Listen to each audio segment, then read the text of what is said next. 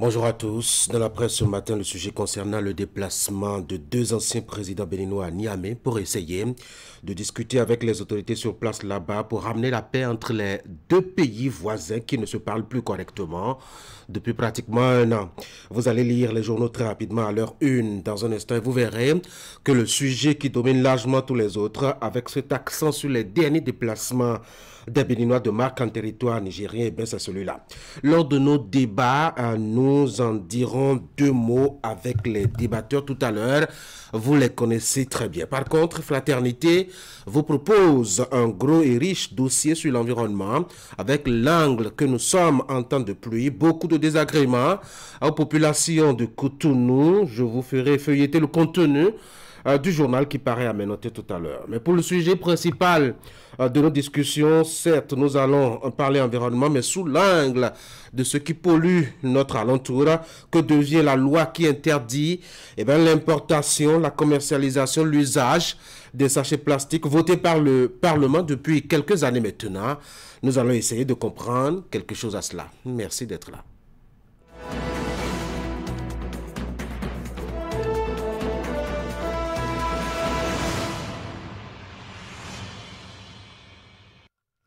Fraternité pour commencer la une des journaux ce matin. Saison pluvieuse et pollution, cycle infernal. À Cotonou, nécessaire implication des populations pour accompagner les efforts du gouvernement. Révolution des paiements dans l'UEMOA, des réseaux fermés et intégration bilatérale à un système de paiement unifié, interopérable et instantané propulsé par la BCEAO. Et puis 601 à Parakou, le nouveau rendez-vous 100% humour béninois sur A+ Bénin. Voici maintenant Matin Libre, médiation de la crise. Bénin-Niger, une première victoire pour Soglo et Yayi. Opinion du lieutenant-colonel Klobou Noumovi Abouessi. Dans Tokwa, un symbole national. Viol présumé sur mineur à Parakou. Un quadragénaire placé en garde à vue. Et puis accident de circulation à Paubert, on l'apprend. Les circonstances du décès de deux écoliers. Détail à lire donc dans les colonnes du journal Matin Libre ce matin. Allez, voici chez vous maintenant Gaskiani, info code électoral. L'impossible unanimité au sein des religions. L'affiche du jour, modernisation de Cotonou vers la reconstruction du pont de Gari.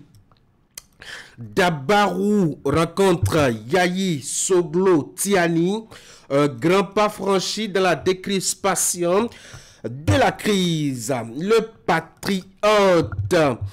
Dénouement de la crise bénino-nigérienne. Les raisons de l'implication de Soglo et de Yayi, les anciens présidents du Niger, s'associent à eux. Vous avez donc les images dans les colonnes du journal.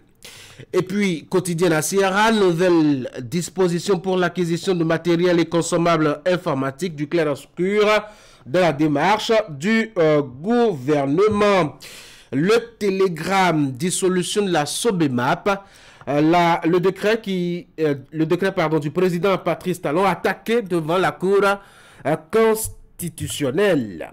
Le matinal Ville de Cotonou, reconstruction annoncée de l'ancien pont de la ville, d'autres infrastructures approuvées par le Conseil des ministres qui s'est tenu donc hier mercredi. Éveil info, ministère de l'Agriculture, de l'Élevage et de la Pêche, 225 agents contractuels bientôt recrutés. Et puis période post-examen, comment gérer l'attente des résultats, le journal vous donne des conseils. L'autre quotidien, mission de bons offices des anciens présidents à Niamey, les contours de l'initiative Soglo Yayi. Et nous sommes de retour à la une de Fraternité pour la deuxième lecture. Saison pluvieuse et pollution, cycle infernal à Cotonou, nécessaire implication des populations pour accompagner les efforts du gouvernement, a recommandé Fraternité, la révolution des paiements dans l'UEMOA, des réseaux fermés et intégration bilatérale à un système de paiement unifié, interopérable et instantané propulsé par la CEDEAO. Et puis un dernier titre, 601 à Parakou, c'est le nouveau rendez-vous 100% humour béninois sur A+ Bénin. Découvrez donc ce rendez-vous. Voilà donc ce qu'on peut retenir, hein, la une des journaux dans leur production ce matin, en tout cas pour ce qui concerne les journaux qui sont parvenus. Je dois dire à Canal 3 Bénin ce matin, vous avez à la page 2 de Fraternité, eh ben, dans sa livraison de ce jeudi 27 juillet 2024, le compte rendu du Conseil des ministres qui s'est tenu hier mercredi, vous avez que beaucoup de nominations ont été faites, notamment au ministère de l'Intérieur et de la Sécurité publique et celui en charge des affaires sociales. Alors, qui sont ces chanceux-là? Eh bien, achetez Fraternité et découvrez aux pages, donc, à la page 2 de la production du journal ce matin. Il y a bien d'autres décisions qui ont été prises, notamment hier, à l'occasion donc de ce Conseil des ministres. Eh bien, achetez donc le journal et découvrez. Je vous ai annoncé dans mon introduction, ce gros dossier assez intéressant réalisé par Fraternité sur la question de l'environnement et donc la salubrité de la ville de Cotonou. Vous avez déjà à la page 4 un tour à Dantokpa pour constater un peu la pollution à ce niveau-là. À Zinsodi, eh ben, le règne des coques d'arachide et des spattes de maïs est là-bas, impérial. C'est le journal qui a fait le constat. Lisez le compte rendu de deux journalistes donc de Fraternité qui sont descendus sur le terrain. Toujours à insalubrité. Nous sommes toujours à Cotonou et cette fois-ci à Kendonou. La parade des moustiques et des déchets. Eh ben, c'est un festival. Nous apprend donc Fraternité là-bas. Les moustiques défilent et concurrencent les déchets, notamment à Kendonou. Comment ça se passe ce festival? Achetez donc le journal et découvrez notamment à la page 4 du quotidien. À la 5, vous avez un autre quartier qui est intéressé par justement l'attention du quotidien, c'est Akpakpa. Là-bas, les rues sont sous l'emprise des eaux de ruissellement. Quand il tombe une pluie sur la capitale économique, eh ben, tout est inondé là-bas. Comment ça se passe? Photo à l'appui. Le journal vous fait un compte rendu. Vous le voyez bien donc, Fraternité vous propose un tour, on va dire touristique, de découverte de Cotonou, mais sous autre aspect, pas très intéressant. En tout cas, en passant par Dantokpa, Akpakpa et Kendonou, ce sont des quartiers de Cotonou. On va passer au bulletin de l'information ce matin avec Ingrid Day à la présentation. Ingrid, bonjour. Bonjour Tanguy, bonjour à tous. Dans le bulletin de l'information que vous aurez à nous présenter, on va découvrir le résumé de la réunion du comité international du Forum africain de la CEDEAO sur la recherche et l'innovation. Ce rendez-vous a pour objectif de préparer et de garantir le succès de la deuxième édition du FARI prévue pour 2025 au Bénin. Alors c'est quoi le FARI? Détail dans le bulletin. On parlera également de l'atelier d'harmonisation du mécanisme de référence des victimes de violences basées sur le genre et des outils afférents. Les assises se tiennent depuis hier à Ouida sur l'initiative de l'Institut national de la femme. Esther Tofa, elle-même femme, nous dira deux mots dans le bulletin de l'information. Voici justement le mini-journal.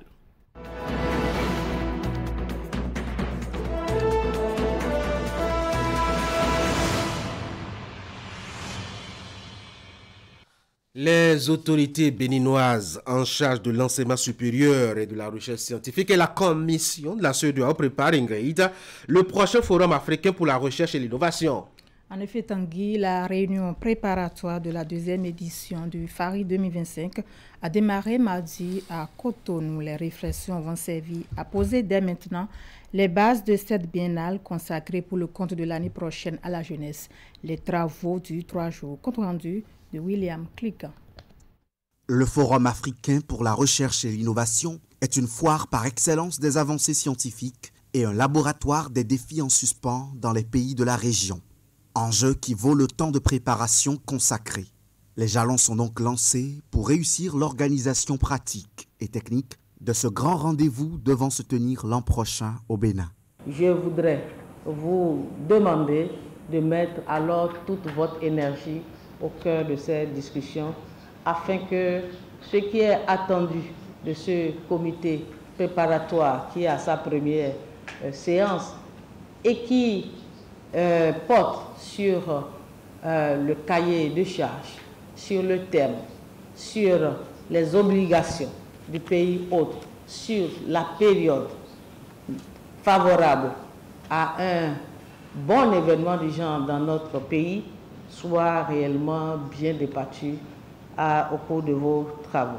Nous sommes persuadés que pour atténuer, voire combler durablement l'asymétrie technologique entre le Nord et le Sud, entre les pays du Sud et à l'intérieur même des pays, il est nécessaire de développer des technologies endogènes, locales, nationales et ou régionales.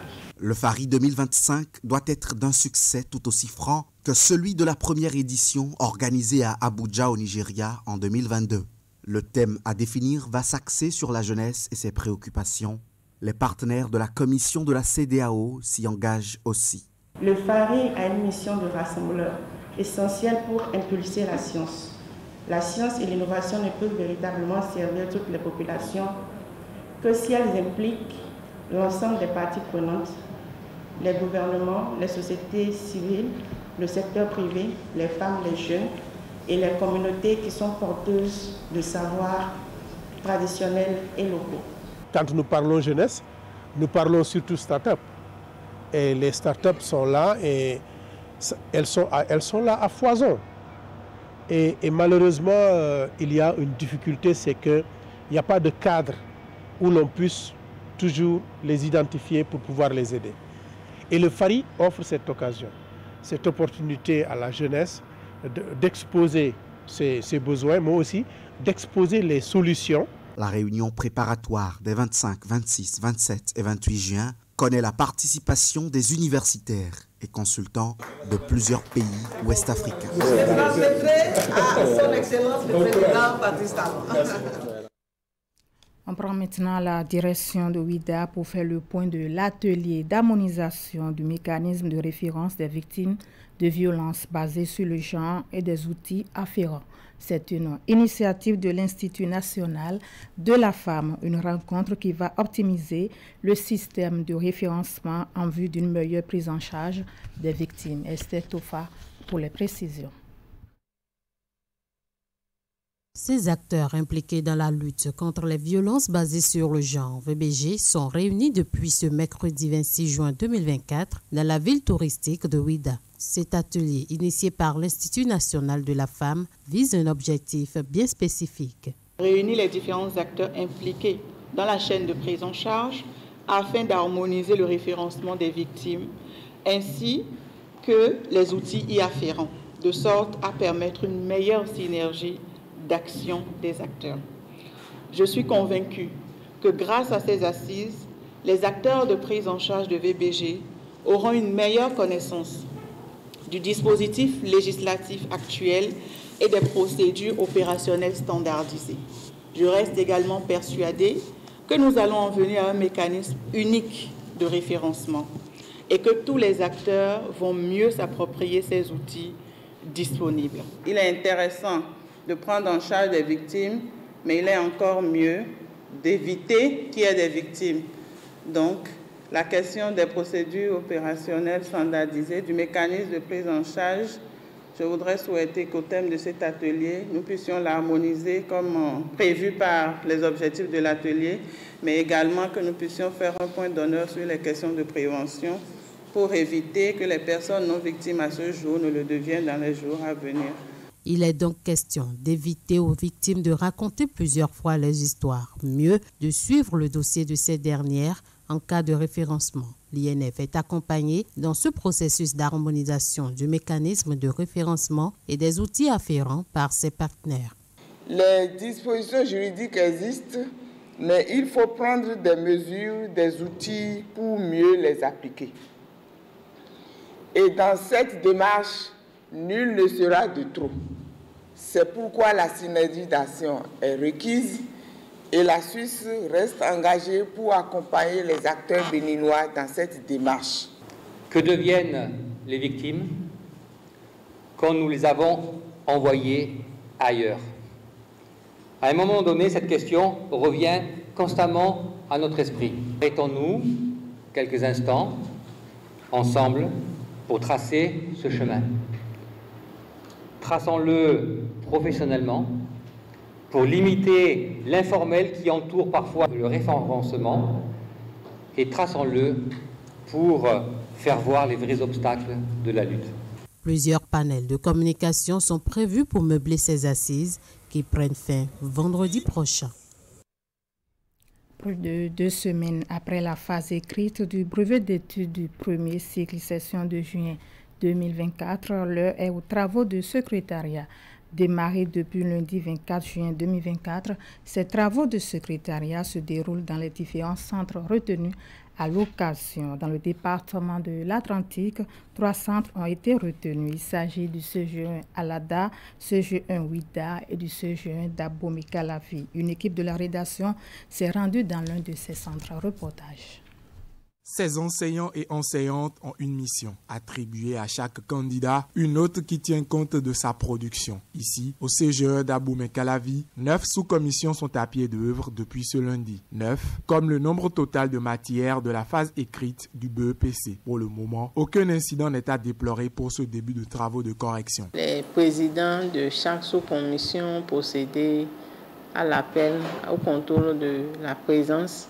Et après ce contrôle de présence, nous avons recueilli les absents et voir comment procéder au remplacement.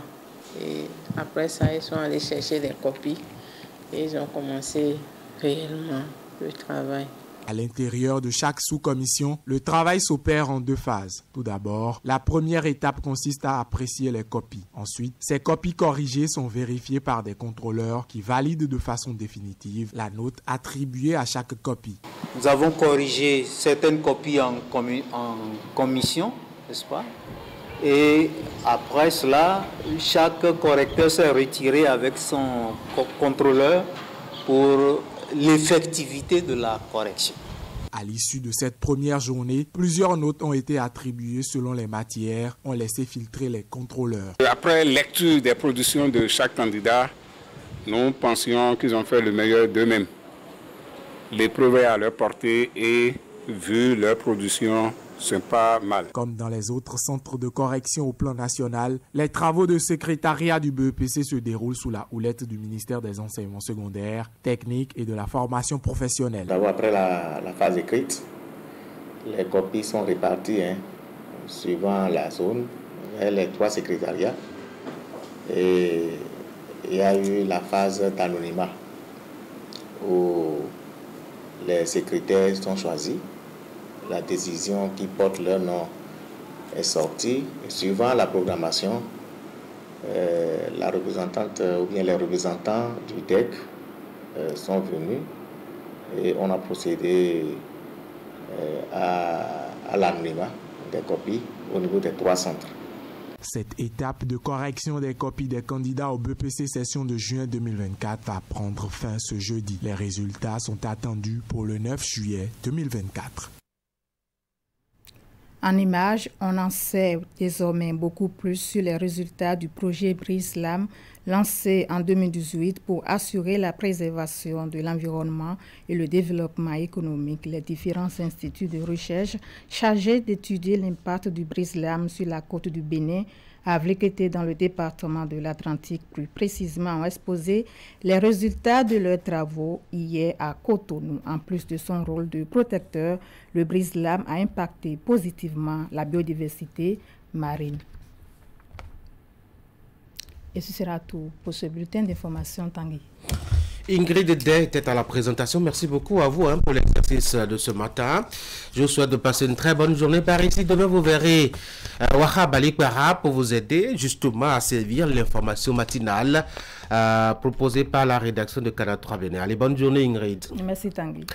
Mesdames et messieurs, voici maintenant les informations sportives chez vous.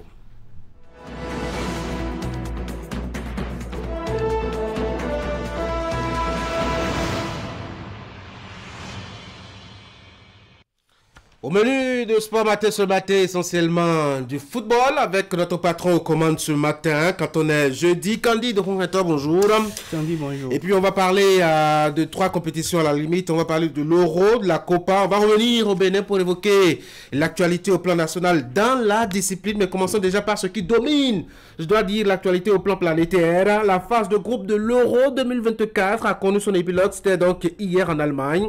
Les derniers matchs ont été joués donc, et on connaît désormais les 12 pays qualifiés pour la phase suivante. Évidemment, avant de rappeler les 12 pays qualifiés pour la phase suivante, on va d'abord donner les résultats des derniers matchs, sinon des 4 matchs qui ont été joués hier. Dans le groupe E, la Slovaquie et la Roumanie se sont neutralisés par un score nul, d'un but partout, score nul de 0 but entre l'Ukraine et la Belgique. Et donc, un nouveau match nul pour ce qui est des 2 matchs joués dans le groupe E. Dans le groupe F, la Géorgie a dominé le Portugal par un score de 2-0. La Turquie s'est imposée par un score de 2-1 à la Tchéquie. On va revenir maintenant pour donner le classement à l'issue de ces 4 matchs joués dans ces différents groupes. Dans le groupe E, la Roumanie domine les débats avec 4 points au compteur plus un goal différentiel de plus 1. Même chose, sinon même point au compteur pour la Belgique. Et puis la Slovaquie compte 4 points également avec un goal différentiel de 0. L'Ukraine a aussi 4 points au compteur avec un goal différentiel de -2. Dans le groupe F, à présent, le Portugal domine les débats avec 6 points au compteur plus un goal différentiel de plus 2. 6 points également au compteur pour la Turquie et puis 4 points au compteur pour la Géorgie. Et on va finir par la Tchéquie qui compte un point au compteur. On va revenir maintenant pour donner les 12 pays qualifiés pour les 8e de finale de l'Euro 2024. Nous avons l'Allemagne, l'Espagne, le Portugal, la Suisse, l'Italie, la Belgique, l'Autriche, la France, l'Angleterre, le Danemark, la Roumanie et puis la Turquie. Candide, on va demander à, mettons, William de maintenir le tableau. On va faire quelques pronostics rapidement là. Voir un peu, ces 8 pays qualifiés, l'Allemagne, l'Espagne, le Portugal, la Suisse, l'Italie, la Belgique, l'Autriche, la France, l'Angleterre, le Danemark, la Roumanie, la Turquie. Votre pays favori, c'est lequel? On va dire le pays hôte, l'Allemagne, qui a plus ou moins fait, on va dire, un carton plein, même si pour ce qui est de leur dernier match des phases ça a été complètement poussif. Évidemment, pour très difficile pour la Mannschaft. La Mannschaft et tout, sinon, c'est l'Allemagne. Et puis après, on a quelques pays qui étaient plus ou moins attendus, mais qui n'ont véritablement pas prouvé de quoi ils étaient capables. Sinon, vous parlez de l'Italie. En dehors de l'Italie, on a également la France. La France aussi, mais qui est en difficulté d'ailleurs. En difficulté. Il y a également le Portugal qui a été battu hier pour son dernier match des phases de groupe en score de 2-0 par la Géorgie. Sinon, à part cela, c'est l'Allemagne qui domine. C'est vrai que, on aurait pu peut-être espérer aussi l'Espagne avec quand même ce premier match feu follet offert à l'occasion donc de sa première sortie. On va voir un peu ce que ça va donner en tout cas pour les phases suivantes. Allez, on va parler maintenant de l'autre compétition sur un autre continent, la Copa. De ce côté-là, la compétition se poursuit. Cette fois-ci, on est au niveau donc, des États-Unis d'Amérique avec à la clé les affiches de la deuxième journée, Candide. Évidemment, et dans le groupe B, l'Équateur s'est imposé à la Jamaïque par un score de 1-0. Voilà, et le Venezuela s'est imposé par un score de 3-1 au Mexique. On va donner cette fois-ci les affiches de la deuxième journée dans le groupe C. Donc, les affiches qui vont se dérouler ce jour. Il y a une seule affiche qui va se dérouler, ça sera à 23h. Le Panama affronte les États-Unis, sinon le pays hôte de la compétition. Et donc demain à 2h du matin et donc le 28 juin à 2h du matin, on aura assisté à cette affiche entre l'Uruguay et la Bolivie. L'Uruguay qui d'ailleurs a fait quelques merveilles. On a eu les échos quand même de ce pays. C'est vrai que c'est difficile de veiller pour suivre ces matchs. Surtout quand on a une matinale comme celle-ci, c'est compliqué. Mais aussi de bonnes informations, de bons échos provenant des prestations de l'Argentine aussi, en tout cas qui est en train de s'illustrer. Avec deux victoires pour le absolument. Mais du côté du Brésil, ça semble pousser un peu, difficilement. Difficilement, on a vu ce match qui a été joué récemment pour le Brésil. Ça n'a pas du tout été facile pour les Brésiliens qui ont poussé à plusieurs reprises, mais malheureusement n'ont pu envoyer la balle au fond des filets. On attendait justement Vinicius qui a remporté la Ligue des Champions avec le Real de Madrid. Il y a également le Rodrigo Russo qui était justement attendu. Ces joueurs ont pas mal poussé, mais malheureusement il manquait tout juste juste ce petit coup de cheveux-là qui aurait quand même pu accompagner le Brésil pour son récent match. En tout cas, on va continuer aussi à écouter de l'autre côté pour voir ce que ça va donner vers la fin. On va revenir chez nous pour parler un peu de nous-mêmes. On va parler de la phase finale du championnat départemental. Quand ce mercredi, c'est déroulé le 3e tour. Évidemment, le 3e tour du championnat, de la phase nationale du championnat départemental s'est déroulé ce mercredi. 2 affiches étaient au programme. Les Dauphins et puis Ewedje FC se sont neutralisés par un score nul d'un but partout. Et puis, comme il fallait déterminer le vainqueur de la rencontre, les 2 équipes ont été envoyées à la fatidique séance des tirs au but où ça a été dominé par Ewedje FC qui passe au 4e tour. Sinon, en finale, la SJFA s'est imposée par un score d'un but à 0 à BFAB FC. Donc, Ewedje FC et la SJFA sont qualifiés pour le 4e tour. Sinon, la finale, et il faut le préciser, les 2 équipes montent officiellement en Ligue amateur, sinon en Ligue 3. On pourra dire que ce sera tout pour l'actualité ce matin? Évidemment, ça sera tout pour ce matin de ce jeudi. Allez, il faut rappeler que c'est hier, je crois bien, que les championnats d'athlétisme se tenant à Douala ont pris fin. Au Cameroun, avec quelques pays qui ont, ma foi, plané sur la compétition. Je dois dire le Nigeria, l'Afrique du Sud. Le Nigeria, l'Afrique du Sud. Et bien évidemment le Kenya. Le Kenya, oui. Quand on parle d'athlétisme... on ne positionne que le Kenya au premier rang. Et il faut noter cette belle victoire. Sinon, cette breloque remportée par notre athlète béninoise Odile Aronwano qui a remporté l'or pour la 3e fois consécutive à ces championnats d'Afrique là, une nouvelle médaille qui ne va que pousser Odile Aronwano à aller plus de l'avant et qui est justement à la recherche de cette qualification au JO de Paris 2024. On va lui souhaiter bonne chance et bonne suite pour sa compétition. En tout cas, on espère qu'elle puisse avoir cette place pour participer, je dois dire, à cette rencontre internationale qui pourra aussi révéler le Bénin à cette tribune des nations. Candide, bonne journée. Merci. Prenez surtout soin de vous. Et ne soyez pas surpris de voir par ici demain Wahab Alikbara pour vous accueillir. Mesdames et messieurs, voici maintenant notre invité ce matin.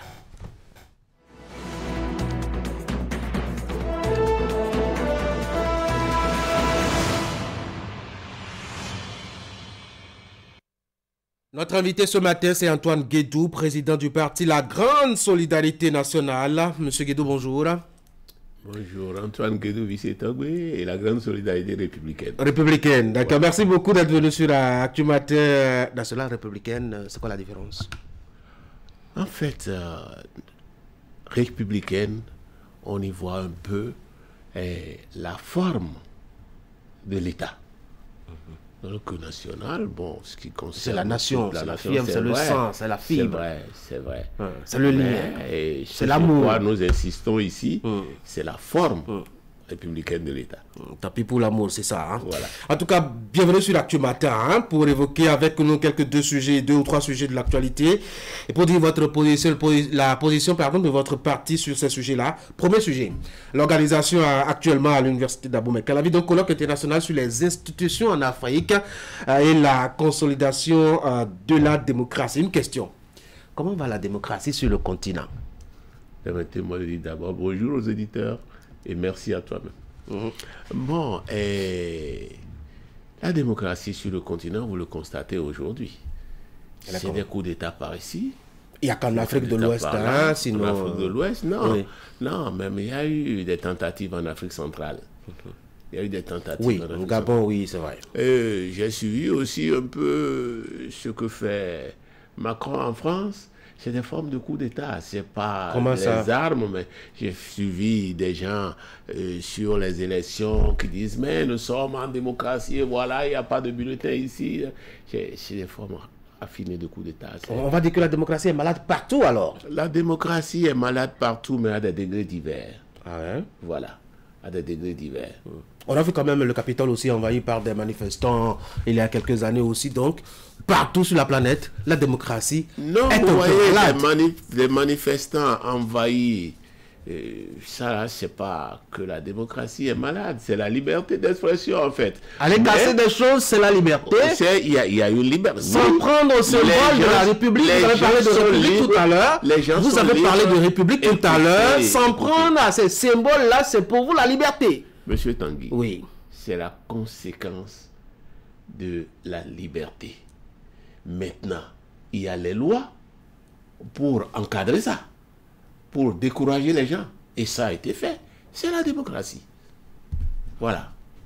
Comment va la démocratie? Puisque vous avez dit que c'est à des degrés divers que c'est malade. Quel est le niveau de maladie ou je sais pas moi, quelle est la température de la démocratie en Afrique par contre? Disons que en Afrique, il n'y avait pas véritablement de démocratie partout. On est à l'apprentissage de la démocratie. Et le pays qui avait vraiment donné le ton à partir des années 90, c'est encore le Bénin. Malheureusement, le recul est visible aujourd'hui. Le recul est visible. Visible en quoi? En quoi est-ce que c'est visible? Ah, vous ne voyez pas? Moi, je ne vois rien. Ah, monsieur Tanguy, vous ne voyez rien. Montrez-moi. Si vous réveillez, celui qui ne dort pas. Je n'ai pas dit que je dors, j'ai dit que je ne vois pas. Dites-moi ce qui ne va pas dans la démocratie.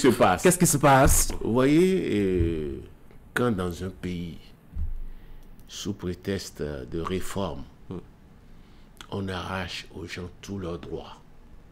La démocratie commence par là. On leur arrache toutes leurs libertés. On viole à volo les textes de la République. Et vous avez dit que vous ne voyez rien. Moi, je ne vois rien. Je vois un Parlement qui a voté des textes qu'on a respectés, qu'on a appliqués. Et si vous êtes républicain, les textes qui sont votés doivent être respectés. Et il me semble que c'est le respect de ces textes-là qui est démocratie. Il me semble. Alors, vous savez, vous avez vu un Parlement qui a voté des tests. Oui. Et je vais transposer ça un peu dans l'enseignement. Allons-y. Un élève à l'examen ou à un devoir a rempli plus que tout le monde des copies. Le plus grand nombre de copies. Et à la fin, vous dites, il doit passer parce qu'il a rempli beaucoup de copies, alors que le contenu est... Si au départ, la règle de passage numéro 1, c'est celui qui a rempli plus de copies passe, ben il doit passer. Malheureusement, la règle, c'est celui qui a bien fait. Alors, parlons justement de la démocratie à l'aune de la santé des institutions, puisque c'est la thématique qui est en réflexion actuellement, je dois dire, à l'université d'Abomey-Calavi. Comment vont les institutions qui soutiennent la démocratie en Afrique? D'abord, je voudrais dire merci à l'IGD qui a pris cette initiative-là. C'est une institution qui a pris un peu la relève de l'IRI, l'Institut républicain international, qui fait beaucoup de choses au Bénin. Et je vais dire surtout merci aux Pays-Bas.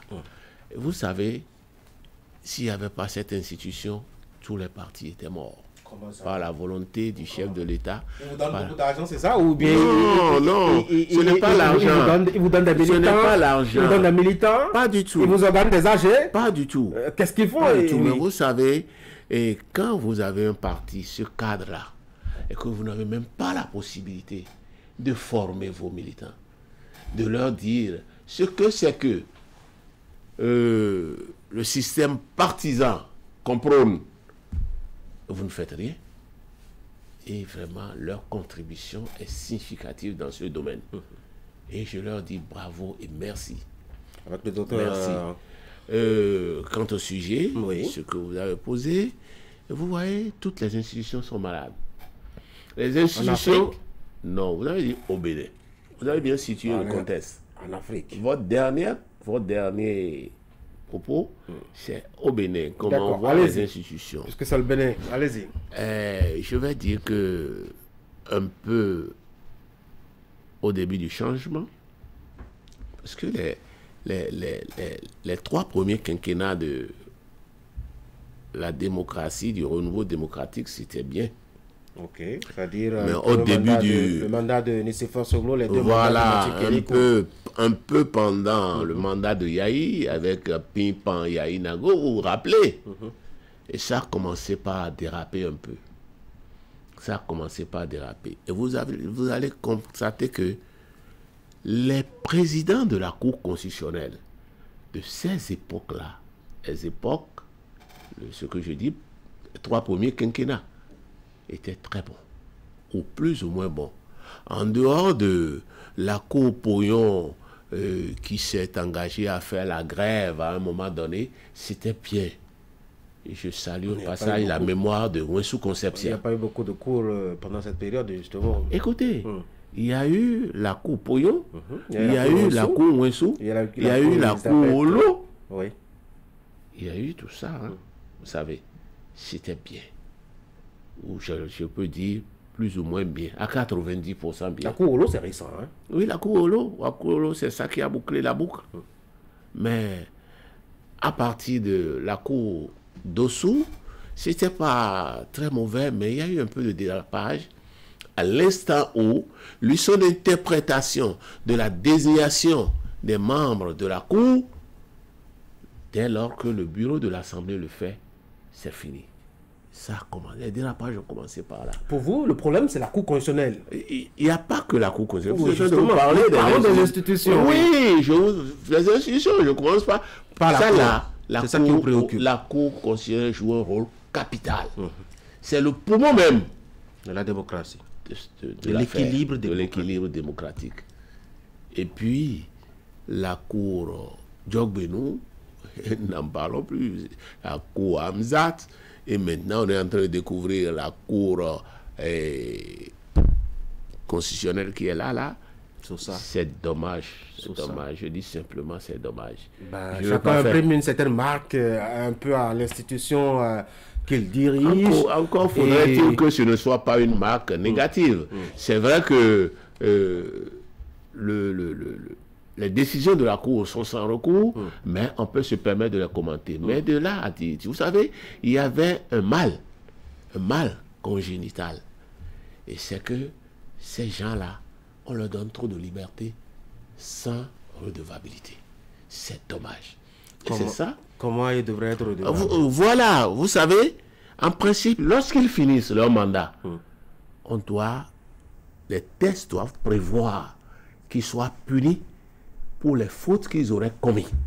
Mais ici, là... Quel genre de fautes ils peuvent commettre quand on sait que, pour la plupart, en tout cas, de ceux qui siègent là-bas, c'est quand même des gens qui connaissent un peu je vous donne un exemple. Tout au moins qui sont des personnalités reconnues dans leur milieu professionnel. Écoutez. On peut se dire qu'ils connaissent un peu toutes les limites qu'ils ne doivent pas franchir et qu'ils décident en connaissance de cause.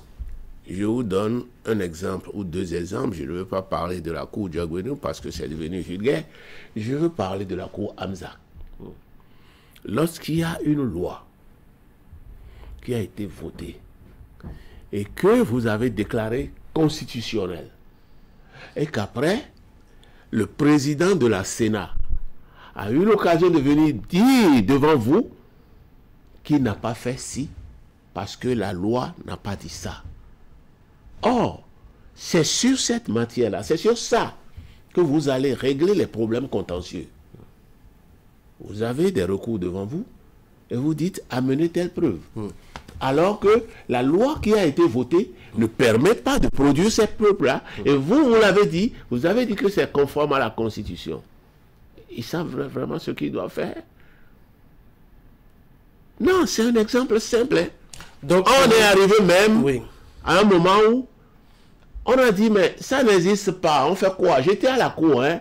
Il a répondu, débrouillez-vous pour avoir vos documents. Et quelqu'un lui a demandé, un des requérants lui a demandé, il va falloir qu'on commence par se battre autour des urnes. Pour vous donc, c'est la Cour constitutionnelle, l'élément central, l'élément principal. Mais il n'y a pas que la Cour constitutionnelle, il y a aussi la Haute Cour de justice. Qui ne fonctionne pas. Voilà, une cour qui est en vacances permanentes. Et ne trouve rien à faire. Oui, ça ne vous dérange pas, vous, les acteurs politiques aussi. Ah non, pas du tout. Hein, vous êtes content puisque c'est à vous que c'est destiné a priori. Le blocage qui m'a le plus gêné, moi, c'est, excusez-moi, j'ai oublié d'appeler des noms à ce moment-là, lorsque le ministre des Finances, Lawani, et monsieur le ministre de l'Environnement en son temps, devrait être traduit devant la Cour constitutionnelle. Ça a été bloqué par l'Assemblée. Devant la Haute Cour de justice. Pas la Haute Cour de justice, on l'a dit, excusez-moi. Ça a été bloqué par l'Assemblée. Oui, c'est l'Assemblée, c'est ses prérogatives, non? Justement. Oui. En ce moment-là, la Haute Cour de justice devrait déjà voir le danger. Et faire quoi? Et bon, contribuer à l'amélioration des tests. Ça part de là. En faisant quoi? La Haute Cour de justice, les membres ne sont pas là pour voter les tests. Non. Non. Mais vous savez que les tests que l'administration applique, ce n'est pas l'administration qui vote. Les tests que le président de la République applique, c'est le Parlement qui vote. Voilà. Et voilà que le Parlement a bloqué. Mais le projet est pris quelque part.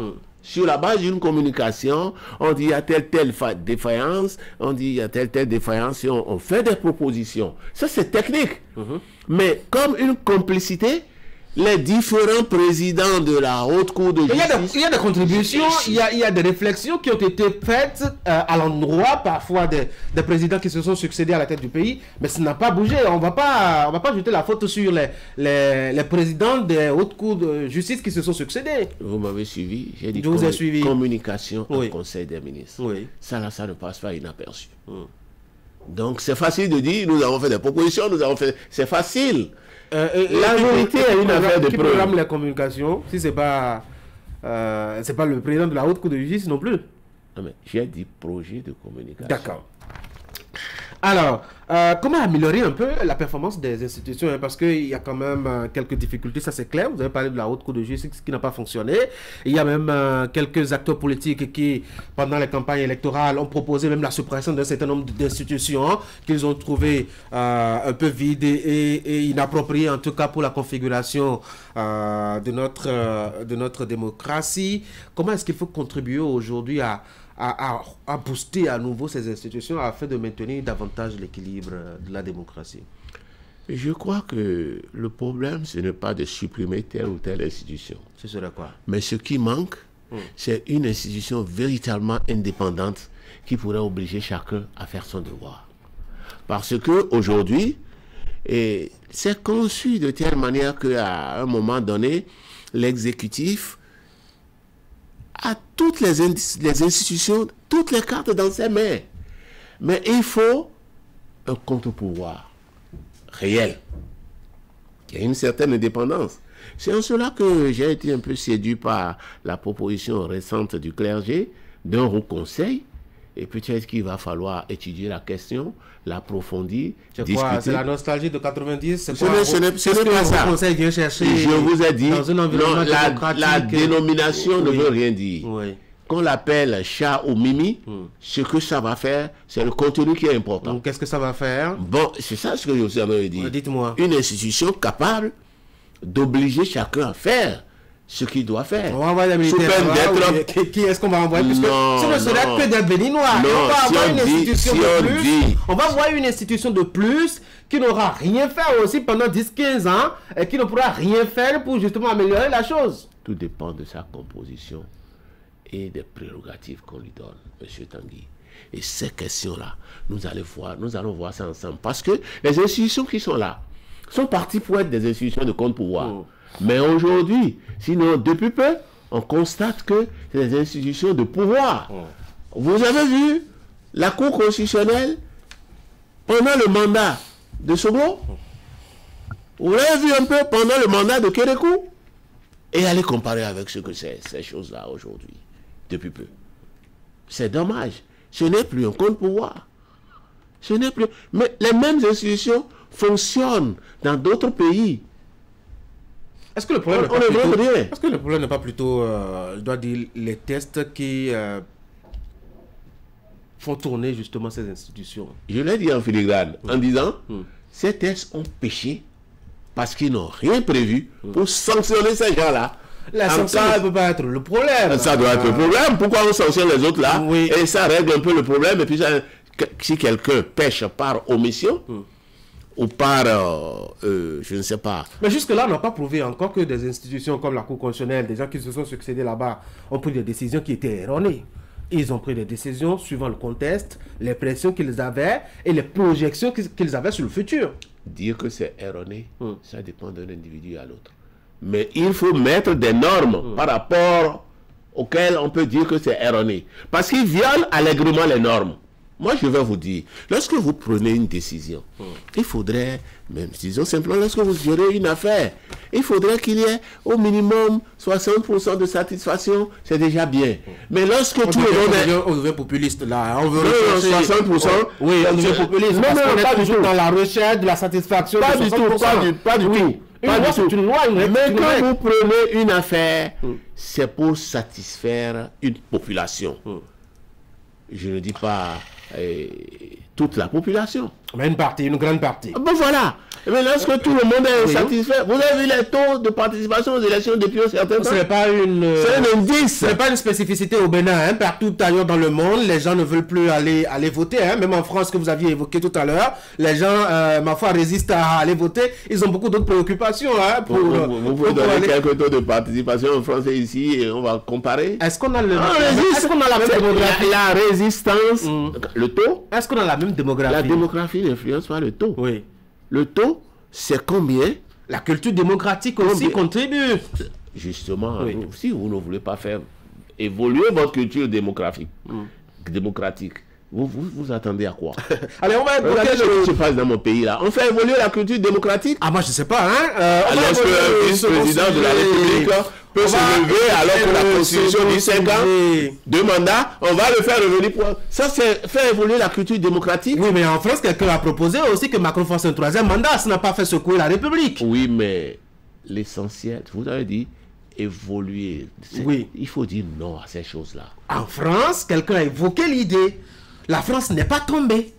Je n'ai pas dit que le Bénin est tombé non plus. Oui, mais vous en faites un scandale. Non, je dis, vous avez parlé d'évolution de la culture démocratique. Et j'ai saisi ça au bon. Oui. Pour dire, lorsque les normes sont à un niveau aujourd'hui, il faudrait que tout le monde s'emploie à respecter ça. Et la référence qui est la France, que nous regardons souvent et que nous copions souvent, il y a encore des exemples qui appellent à un 3e mandat d'un président qui est en exercice. Et vous voulez que la référence soit le mauvais? Ah bon, je ne sais pas. Hein. Ah mais c'est un paradoxe que vous dites. Non, j'évoque des cas pour parce qu'ils ont dit ça. Oui. Si on dit ça par ailleurs, tout le monde doit se taire, c'est ça? Allez, on va évoquer le sujet pour lequel vous êtes là. Les anciens présidents, Boni Yayi et Nicéphore Soglo, qui sont actuellement dans la capitale nigérienne, en multipliant, faut-il dire, les contacts. Ils ont commencé par, je dois dire, les militaires au sommet de l'État. Ils sont désormais avec les anciens présidents de ce pays. Est-ce qu'on tient là le bon bout pour sortir de la crise, selon vous?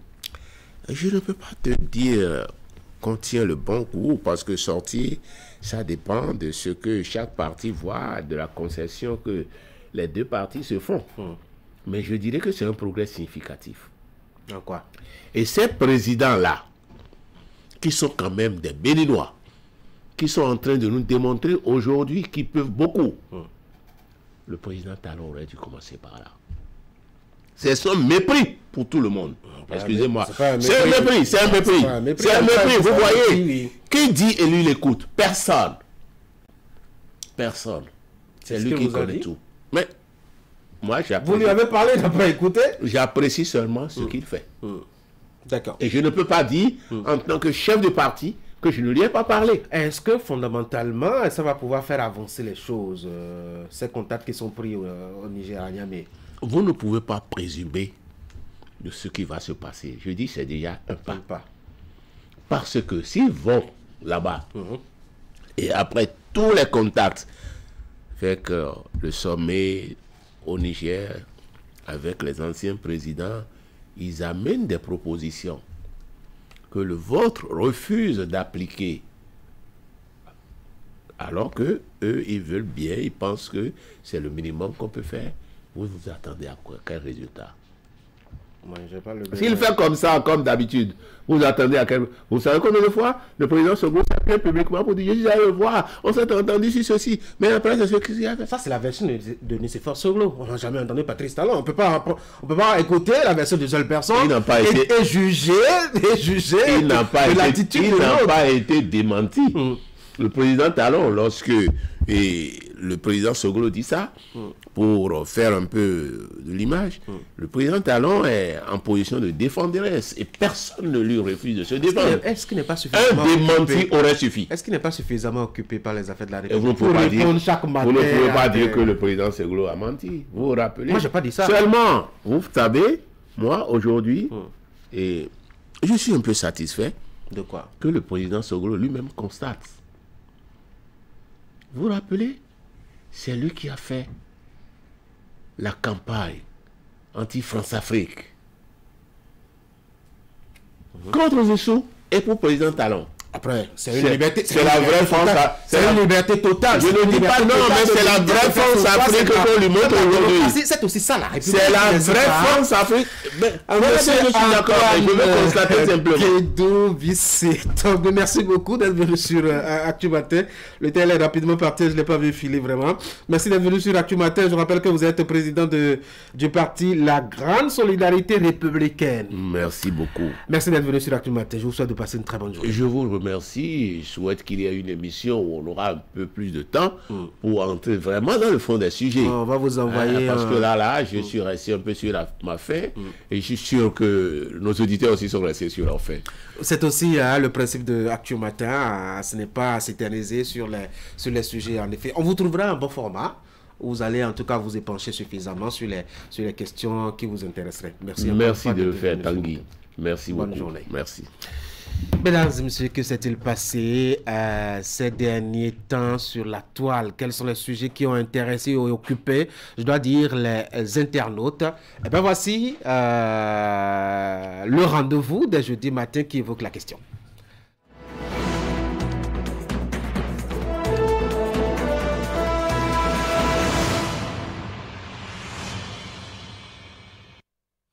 Florence Boussa, bonjour. Bonjour Tanguy, bonjour chers amis téléspectateurs. Avec vous, allez, on reprend notre téléphone. Hein?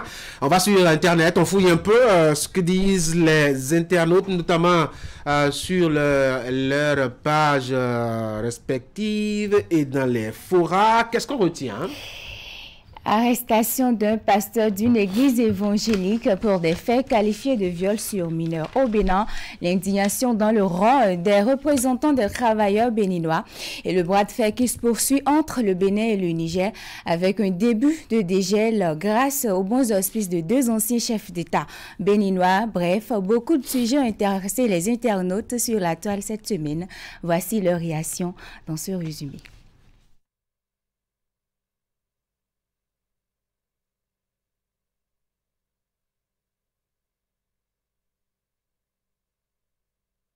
Résolution de la crise diplomatique entre le Bénin et le Niger. Le général de brigade Abdourahmane Tiani, président du Conseil national pour la sauvegarde de la patrie du Niger, a reçu en audience ce mardi 25 juin 2024 les anciens présidents de la République du Bénin, Nicéphore Soglo et Thomas Boniaï. Cette rencontre, qui s'est déroulée en présence de plusieurs personnalités nigériennes, a porté sur la situation tendue entre le Niger et le Bénin. Plus spécifiquement, l'objectif de cette mission est de trouver une solution pacifique à la crise qui oppose les deux pays voisins depuis plusieurs semaines. Cette démarche des deux anciens chefs d'État béninois est saluée pour la plupart des internautes. Nous sommes tous africains, souhaitons une bonne sortie de crise pour le bien-être de nos populations. C'est déjà un grand honneur pour nos anciens présidents d'être reçus par le président du Niger. Espérons un heureux dénouement pour nos deux peuples. En dehors de toute communication politique, Tiani doit savoir qu'on peut choisir ses amis, mais on ne choisit pas son voisin. Que notre fraternité légendaire revienne afin que les deux peuples s'épanouissent, mais on aurait beaucoup appris de cette CEDEAO qui met les peuples dans le pétrin et ensuite elle s'enfuit. L'autre actualité qui a tenu en haleine sur les réseaux cette semaine, c'est l'exclusion des représentants des travailleurs du Conseil économique et social à la faveur de la relecture de la loi organique numéro 92-010 du 16 juillet 1992. Cette exclusion n'est pas totalement du goût des internautes et de certains responsables syndicaux. On peut lire sur les réseaux sociaux, sur la page Facebook du quotidien Le Matinal, le secrétaire général de la Confédération des syndicats autonomes du Bénin fustige une manœuvre qui vise à réduire la représentation des travailleurs, ce qui, de son point de vue, nuit à la légitimité et à la crédibilité du Conseil économique et social. Certains Facebookers ont également manifesté leur indignation concernant cette actualité. Le Bénin nous appartient tous et il est de notre devoir d'y contribuer. Nous souhaitons que quel que soit le régime, qu'il fasse un bon travail. Un patriote doit souhaiter le bien pour son peuple, quoi qu'en soit la personne qui dirige. Si les députés ont compris, ça suffit largement. Mais ce serait malheureux s'ils reviennent dire plus tard qu'ils ne maîtrisent pas les implications de la loi avant de l'avoir adoptée. Ce serait vraiment regrettable. Mais il n'y a pas que les centrales et confédérations syndicales qui ont perdu leur place au CES. Les journalistes également ont perdu le seul qui leur permettait de participer au fonctionnement de la Commission béninoise des droits de l'homme. Ce sont les députés qui l'ont décidé ainsi à travers une loi votée cette semaine. Il y a également pour terminer cette nouvelle insolite qui circule sur la toile depuis quelques jours. Un pasteur arrêté pour avoir violé une fille de 16 ans à Djougou. Une déviance sexuelle qui lui a coûté 36 mois de prison ferme. Le pasteur en question ne serait pas à son premier coup. Il faisait des abus sexuels son cheval de bataille, mais mal lui en a pris sur ce dernier grâce à la vigilance du tuteur de la mineure sur laquelle il a jeté son dévolu. Les choses sont allées très vite. Aussitôt condamné, l'homme de Dieu a été conduit à la prison civile de Natitengu où il a passé sa première nuit ce mardi. Les réactions sont très acerbes sur le sujet. Ça a été toujours ainsi partout. Ils utilisent des techniques pastorales pour pouvoir convaincre les parents des jeunes filles. Ils voulaient accomplir les rituels. Les hommes de Dieu ne font pas ça. Lui là, c'est un homme de Satan. Eh bien, Tanguy, voilà les réactions des internautes sur ces sujets brûlants de l'actualité. Pas très gentil, hein, surtout avec les pasteurs. C'est vrai, il y a quelques dérives dans le rang, mais il y a quand même des hommes de Dieu qui font convenablement ce pourquoi, en tout cas, ils se sont engagés à marcher aux côtés du Seigneur. Allez, dans votre rubrique, hein, c'est aussi des images insolites, c'est des vidéos qui nous arrachent le sourire. Ce matin, on en a un droit, c'est tellement. Exactement, elles abondent d'ailleurs sur les réseaux sociaux. Nous avons pu sélectionner quelques-unes qui pourraient peut-être intéresser nos amis téléspectateurs. Y a-t-il des célibataires ici? Levez la main. Comment vous faites pour vivre?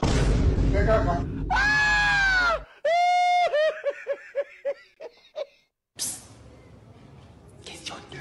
Question 2. La question 2, c'est x carré plus 2. X carré plus 2. Oui. Attends.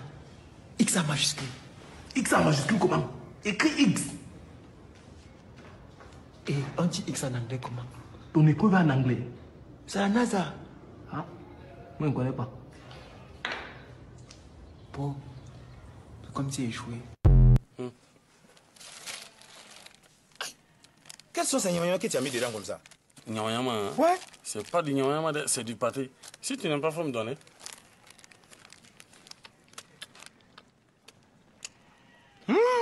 C'est trop bon. Je peux en manger 10 comme ça. Mon gars, c'est pas tous les beaux jours qu'on pourra en manger. Et puis surtout, notre petite salaire là. Tu vois, ça ne fout rien ça. Un peu. Comment ça on peut? Un peu. 210 par heure, tu sais ça fait combien? Non, pourquoi? Bon, regarde, 2 pains, ça fait combien? Ça fait 500 francs. 800 francs de pâté. Ça fait combien en tout? 1300. Il ne nous reste plus que 700 francs sur notre salaire de la journée. Attends. Tu as bien dit qu'on a certains 1000 francs par journée de travail, non? Hein? C'est bien juste? Oui. Donc, aujourd'hui, tu me dois 300. Quoi ça? Tu es bête ou quoi? Hein? Ça, faut pas m'insulter. Regardez, ou bien c'est le soleil de ce matin qui t'a trop tapé sur ta tête. Toi là. Aujourd'hui aussi, c'est un autre jour. Le monde part en couille.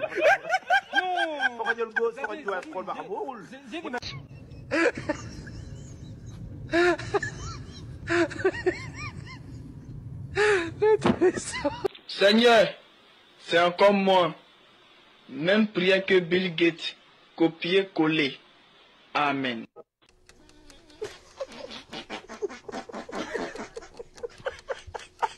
Dis-moi, comment on appelle les habitants de la France? C'est les Français. Les Français. Comment on appelle les habitants de l'Italie? C'est les Italiens. Ok, maintenant, comment on appelle les habitants de la France? Les Français. Comment ça, les Français? Mais c'est les Français. Ok, comment on appelle les habitants de la Côte d'Ivoire? Les Côte d'Ivoire. C'est tout quoi? C'est le Côte d'Ivoire, les Côte d'Ivoire. Les habitants de Côte d'Ivoire, c'est le Côte d'Ivoire. Alors, terminons par ces images du célèbre chanteur nigérien Davido qui convole en juste noces avec Chioma. Ils se sont mariés ce 25 juin 2024 sous un chapiteau géant niché dans un jardin resplendissant. Chacun était un enchantement pour les yeux. Il a offert 2 voitures de luxe à sa femme Chioma d'une valeur de 150 millions chacune comme cadeau de mariage, a-t-on appris sur les réseaux. Un mariage qui a révélé la manne financière que représente le chanteur nigérien. De grands noms de showbiz et d'autres personnalités ont été cités au cours de la cérémonie. Tanguy, c'était carrément une vraie folie de grandeur, comme on le dit souvent, cherchons de l'argent. Oui, cherchons de l'argent, surtout dans la dignité aussi. Merci beaucoup, Florence, pour cette rubrique ce matin. Je vous souhaite de passer une très bonne journée. Merci beaucoup. Mesdames et messieurs, voici chez vous la dernière rubrique en attendant nos discussions ce matin. Voici chez vous donc l'instant droit.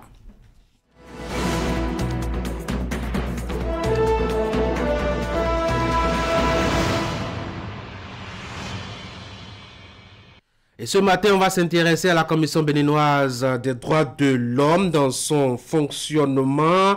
Et il y a eu quelques nouveautés, faut-il préciser. L'Assemblée nationale a adopté en sa séance plénière du mercredi 19 juin la loi numéro 2024-22 relative à la Commission béninoise des droits de l'homme en République du Bénin. Le texte en cas de promulgation par le président de la République donne lieu à une vraie refonte de la composition et du fonctionnement de l'institution. Les attributions ont-elles changé vraiment dans le fond et que retenir des innovations apportées?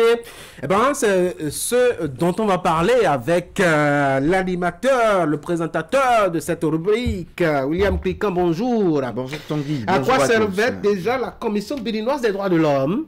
Justement, comme son nom le dit, la Commission béninoise des droits de l'homme est l'institution nationale chargée des droits de l'homme ici au Bénin. Et on peut le retrouver à l'article 1er de la loi 2012-36 du 15 février 2013 portant création de cette commission. Elle est bien indépendante, Tanguy, et elle n'est assujettie à aucune autorité publique. Elle exerce ses fonctions sans ingérence. Et ça, c'est l'article 1er de la loi qui crée la Commission béninoise des droits de l'homme. En fait, la loi date de 2013, mais en fait, c'est déjà en 2000... c'est bien plus tard, en 2018, que la première composition de l'institution a été installée, et c'était en décembre de cette année 2018 pour un mandat de 5 ans, mandat qui était à sa fin, en fin d'année dernière, et justement un renouvellement qui n'est pas encore intervenu, justement parce qu'il y avait cette réforme législative en cours. La Commission béninoise des droits de l'homme a 18 bonnes attributions relatives à la protection des citoyens face à la violation de leurs droits. Donc, je ne me mets pas à les citer, elles sont toutes nombreuses. Elles sont tellement nombreuses, mais elles sont toutes relatives, du moins, aux violations des droits de l'homme. C'est une institution de l'État, dotée de moyens par l'État pour arrêter le même État dans ses éventuelles déviances contre les droits de la personne humaine. C'est-à-dire, l'État donne les moyens à l'État pour freiner l'État en cas de violation des droits de l'homme à quelque niveau que ce soit. En fait, c'est pour différencier cette institution nationale des droits de l'homme des autres organisations isolées, d'initiatives citoyennes ou de la société civile qui militent déjà pour la défense et la protection des droits de l'homme. Formellement, l'État promeut et protège les droits de l'homme. C'est en cela que la loi quadrille un peu, la loi recadre et délimite les différentes attributions. Elles sont nombreuses, mais il y a des paliers à ne pas franchir. Ça, on le retrouve à l'article 33 de la loi portant création de la CBDH.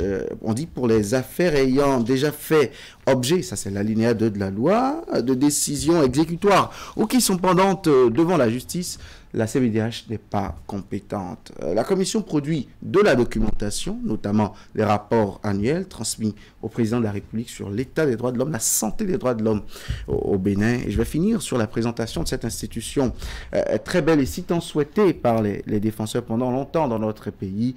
Elle a gravi des échelons auprès des instances mondiales en la matière avec l'accréditation au statut A, le plus élevé au niveau du Haut Commissariat des Nations Unies aux droits de l'homme en 2022. Notre institution nationale des droits de l'homme a atteint le statut A, a obtenu l'accréditation A. Bref, c'est le bras de l'État qui s'occupe des droits de l'homme au Bénin. Et qu'est-ce qui a changé depuis le vote de la loi du mercredi 19 juin? Oui, la loi votée au cours de la semaine dernière, si elle venait à être promulguée par le président de la République et qu'elle entrait en vigueur, elle fait les toilettes, diront, de cette institution parce que la réforme de la CBDH a visé essentiellement la refonte des organes, notamment le fonctionnement de la commission aussi. On envoie la commission se conformer à une certaine procédure de sélection des candidats suivant les principes de pari et surtout procédant à la réduction de l'effectif des membres de la CBDH. C'est justement cet esprit qui a gouverné la réforme de mi-juin. Au thème de la nouvelle loi, par exemple, les membres de la Commission béninoise des droits de l'homme passent de 11, précédemment 11 pour la première mandature, à 7 désormais.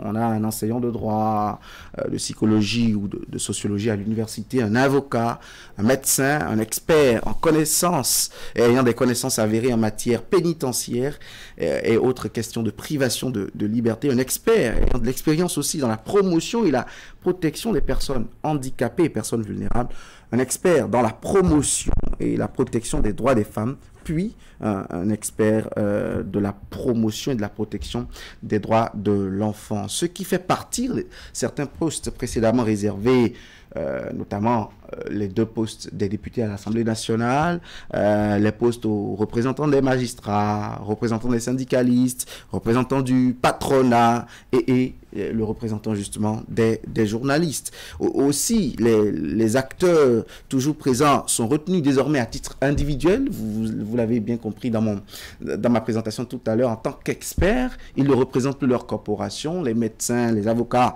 ce n'est plus en représentation de leur corporation. Ils sont retenus individuellement pris en tant qu'experts dans leur domaine précis. Toujours selon la nouvelle loi votée, les membres de la commission portent désormais pleinement le titre de commissaire. Ça a posé débat dans le mandat précédent. Ils ont une voix délibérative et siègent de façon permanente.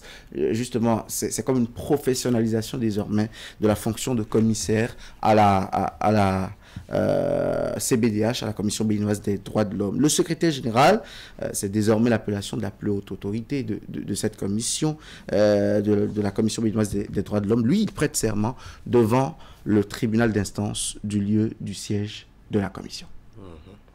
Alors, dans l'opinion, quels sont les avis? Des remous, Tanguy, puisque ces appréciations sont mitigées. Il y a déjà le mécontentement des députés, vous les avez écoutés, qui ont perdu 2 sièges. Ils étaient les seuls à en avoir 2 au sein de la composition précédente. Ils ne sont pas contents de cette réforme dite d'arrimage aux règles de Paris. Il y a les journalistes. Les syndicats, on les entend peu là-dessus, mais les journalistes, eux aussi, les associations professionnelles, notamment à des rencontres avec des émissaires du Haut Commissariat des Nations Unies aux droits de l'homme, représentation Afrique de l'Ouest, des associations festières et des journalistes spécialistes de la question ont exprimé leur mécontentement. D'un autre côté, il y a un sentiment mêlé de satisfaction et d'attentisme dans le rang des défenseurs ou des organisations de la société civile de défense des droits de l'homme qui se disent, si c'est vraiment un arrimage au principe de Paris, ils attendent de voir l'efficacité. Le débat, finalement, il est clos puisque la loi est votée et sans seconde relecture du président de la République, sur demande du président de la République ou inconstitutionnalité d'un des articles qui serait attaqué devant le juge constitutionnel ou avec une demande de conformité du président de la République, cette loi va entrer en vigueur et ce sera l'architecture et la charpente nouvelle de la Commission béninoise des droits de l'homme. William Klika, merci beaucoup. C'est bon. À tout à l'heure hein, pour nos discussions. À très vite. Oui. Mesdames et messieurs, on va maintenant marquer une pause.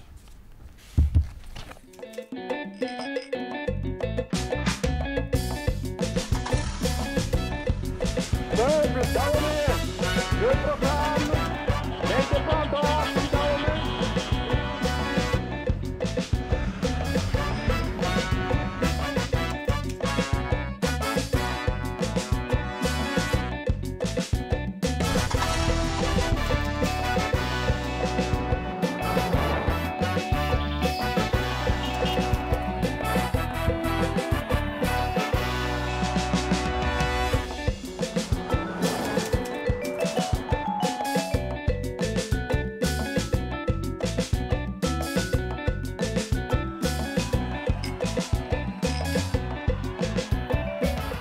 La Béninoise, de génération en génération. Qualité Sobebra.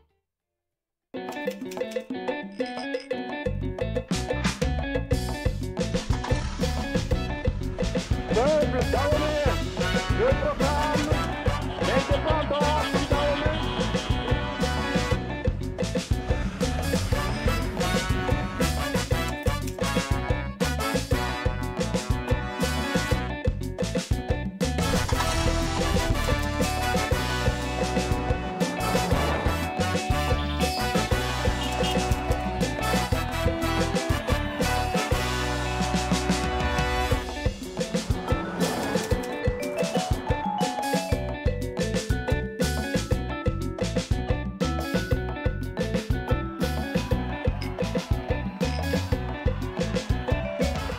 La Béninoise, de génération en génération.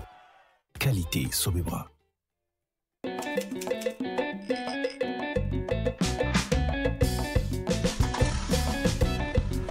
Peuple daoulé, le programme l'indépendance daoulé.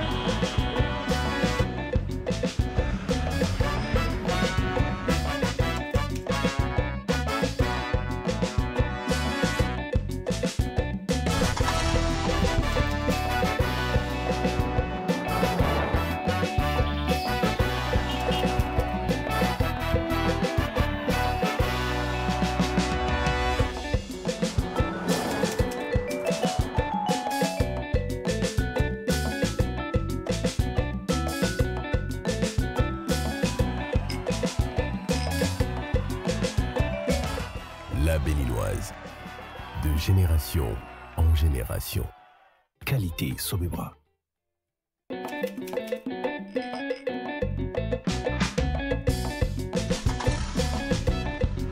Peuple daoulé, le programme l'indépendance daoulé.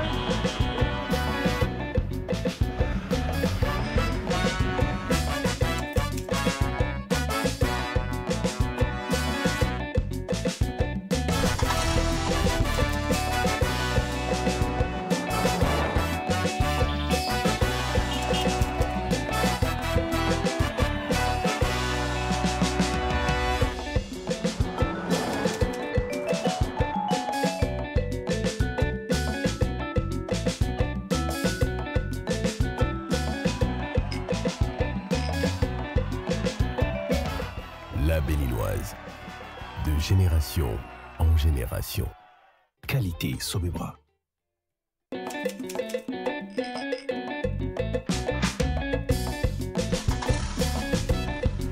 Peuple daoulé, le programme l'indépendance daoulé.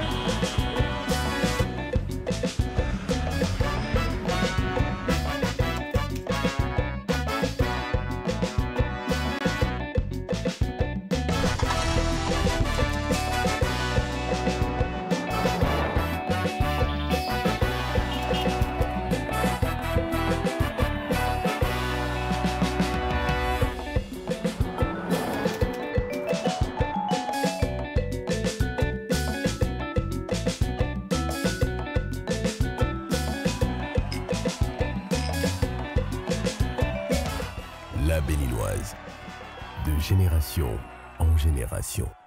Qualité Sobebra.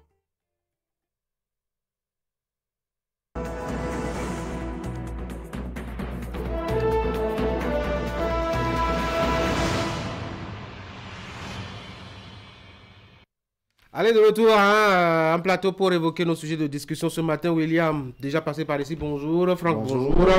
On va se demander ce qu'est devenu la loi qui interdit l'importation, la commercialisation et l'utilisation des sachets plastiques au Bénin. Et si le temps nous restait, on va dire 2 mots au sujet des Béninois de marque qui sont actuellement à Niamey pour essayer de prendre contact avec les autorités au plus haut niveau là-bas pour envisager des solutions permettant aux 2 pays qui se parlent difficilement depuis juillet 2023 d'avoir à discuter de façon plus normale. On commence par le tout premier sujet. Franck, une loi votée pour interdire le sachet, mais visiblement c'est difficile de mettre ça en application. Le constat est amer, c'est difficile à dire lorsqu'on sait que nous avons une législation qui interdit l'utilisation des sachets plastiques. Et je me rappelle bien le battage médiatique qui a suivi cette loi. Et à un moment donné, on a même donné, on a donné une date butoir pour que tous ceux qui utilisent les sachets plastiques, notamment les officines pharmaceutiques, les supermarchés et bien d'autres endroits où on doit se servir du sachet plastique pour emballer nos emplettes, eh bien, on avait donné une date butoir pour ne plus voir ces sachets-là. Ça a timidement commencé, ça a pris par endroits où on avait des emballages en sachets bio, des sachets, en tout cas des emballages qui sont biodégradables, et avec le temps, tout a disparu et les sachets sont revenus en force. Alors, la législation, lorsque je me dis, lorsque on prend les différentes dispositions, est-ce qu'on a suffisamment pris des dispositions pour empêcher l'arrivée de ces sachets-là sur le marché? Parce que c'est là que se pose tout le problème. Tant que ça rentre sur le marché, il faut consommer. Et vous savez, nos frontières sont assez poreuses. En interne, on avait senti un élan la population a même commencé à s'adapter. Et il y a des ONG, je me rappelle, qui se sont même endettés pour aller nous apporter assez d'emballages qui ne ressemblaient à rien à des sachets plastiques. Mais très tôt, ces ONG-là ont commencé par crier pour dire, écoutez, nous nous sommes endettés pour faire ci et ça ne prend plus. Je pense, à mon humble avis, qu'il a manqué un tout petit peu de stratégie, un peu de rigueur au niveau de ceux qui étaient chargés de lutter contre les sachets plastiques. William, qu'est-ce qui n'a pas marché? Ce sont les failles du juridisme. Le droit ne règle pas tous les problèmes. Le droit codifie la société, mais les règles ne règlent pas tous les problèmes. Permettez cette répétition. En fait, dans un État, il y a des choses auxquelles on éduque les citoyens. Même les règles morales, vous me direz que en relevant de l'éducation, ce sont des règles, qu'on veuille ou non. Mais vous et moi n'avons pas édicté les règles morales. Elles s'imposent à nous, elles existaient avant nous, elles sont vieilles comme le monde lui-même. Et nous y étions astreints jusque-là, sinon nous y sommes toujours astreints. C'est pareil. Il y a des choses, des règles, des conduites qu'il faut inculquer en nous. Comme la citoyenneté, l'éco-citoyenneté, si vous voulez. Je ne me mets pas sous les prismes des vocables à financement pompeux. Je parle de la conduite d'un citoyen normal à ne pas polluer son environnement. Et c'est pareil, quand on voit les nuisances du sachet plastique dans le temps, tous devraient être éduqués, devraient être vraiment enclins avec une grande facilité à la protection de l'environnement en n'utilisant pas. Mais voilà qu'on prend une loi qui couvre 7 différents volets des sachets plastiques. 20 articles seulement, mais 7 volets. On parle de production, d'exportation, d'importation, de détention, d'utilisation, de commercialisation, de distribution des sachets plastiques. Tout ça existe et court encore les rues. On a parlé de 50 millions d'amendes dans la loi pour les importateurs. Je prends rien que ce volet. Mais les importateurs, ils sont toujours au Bénin. Ils paient des redevances. Qu'est-ce qui fait qu'on ne peut pas justement les contraindre? Parce que pour moi, cette loi est une charrue avant les bœufs. Comment ça? Oui, il faut... Est-ce qu'il fallait interdire avant de disséminer ces règles? Vous me direz que des sensibilisations existent depuis largement et depuis de longues années. Sur des pratiques comme celle-là. Mais en fait, c'est comme... comment je vais le dire? Est-ce que je vais donner l'exemple de la corruption. Je ne sais pas si c'est le meilleur exemple. Mais en fait, il y a des choses qui sont tellement ancrées dans les habitudes des hommes qu'il faut faire un bilan avant de légiférer là-dessus. Moi, les deux petites failles de cette loi, c'est vraiment la conscience collective qui n'a pas compris jusqu'aujourd'hui que prendre une bouillie dans un sachet plastique, prendre un repas chaud dans un sachet plastique est une grande aberration. Et le deuxième, très rapidement, le deuxième à ce niveau, c'est que les solutions palliatives n'ont pas eu l'envergure qu'il fallait, ne se sont pas imposées à nous, n'ont pas été à la portée. Les emballages recyclables ou biodégradables, on devrait en produire, nous a-t-on dit, on devrait en ramener suffisamment. Ça existe sur le marché. À quelle quantité déjà, à quelle accessibilité, sinon... si tant est que les non biodégradables dominent toujours, pèsent toujours plus dans la balance et sont plus dans nos habitudes, c'est que les biodégradables n'ont pas eu les moyens de leur résister et notamment de plomber l'exécution de cette loi. Bonjour. Bonjour Tanguy. C'est un sujet délicat. Il faut déjà commencer par préciser une chose. Effectivement, il y a eu un problème de sensibilisation au niveau des populations. Ça devrait beaucoup plus, on me dira peut-être qu'on a beaucoup sensibilisé, mais non. Combien sont-elles, ces populations, disons à la base, qui comprennent que le sachet dans lequel vous êtes en train de prendre de la bouillie est assez nocif pour votre propre santé? Combien de populations à la base comprennent que le pain chaud qu'on va prendre dans des sachets est assez nocif pour la santé? On explique, on dit oui, c'est bon, les sachets non dégradables sont nocifs pour la santé, pour la population, pour la planète en tout entière, mais est-ce qu'on a pris suffisamment le temps de faire en sorte que cette information touche les populations à la base? Ce n'est pas aujourd'hui. La communication est délicate. La communication est très délicate. La communication est très délicate. Quand on veut communiquer, on doit s'assurer que l'information aille vers la cible. Mais on ne communique pas en mettant la cible de côté. Ça, c'est très important. Aujourd'hui, vous demanderez, prenez la voie, ne demandez à n'importe quel usager pourquoi tu prends la bouillie dans le sachet. Il ne pourra pas te dire avec précision que c'est dangereux pour lui. Lui, il ne va pas te le dire. Il pourra vraiment pas l'expliquer. Ils sont nombreux. Je vous le dis, je vous mets au défi. Allez demander. Vous allez constater, j'ai eu le temps de demander.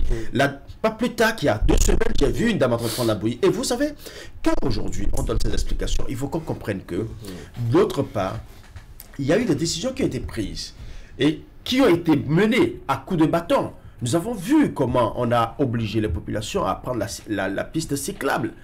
Et ça a marché aujourd'hui. Nous avons vu, même s'il y a certains qui arrivent à se faufiler entre les mailles, on a vu comment ça prend. On a vu comment le port de casque a été mené avec un bâton de fer.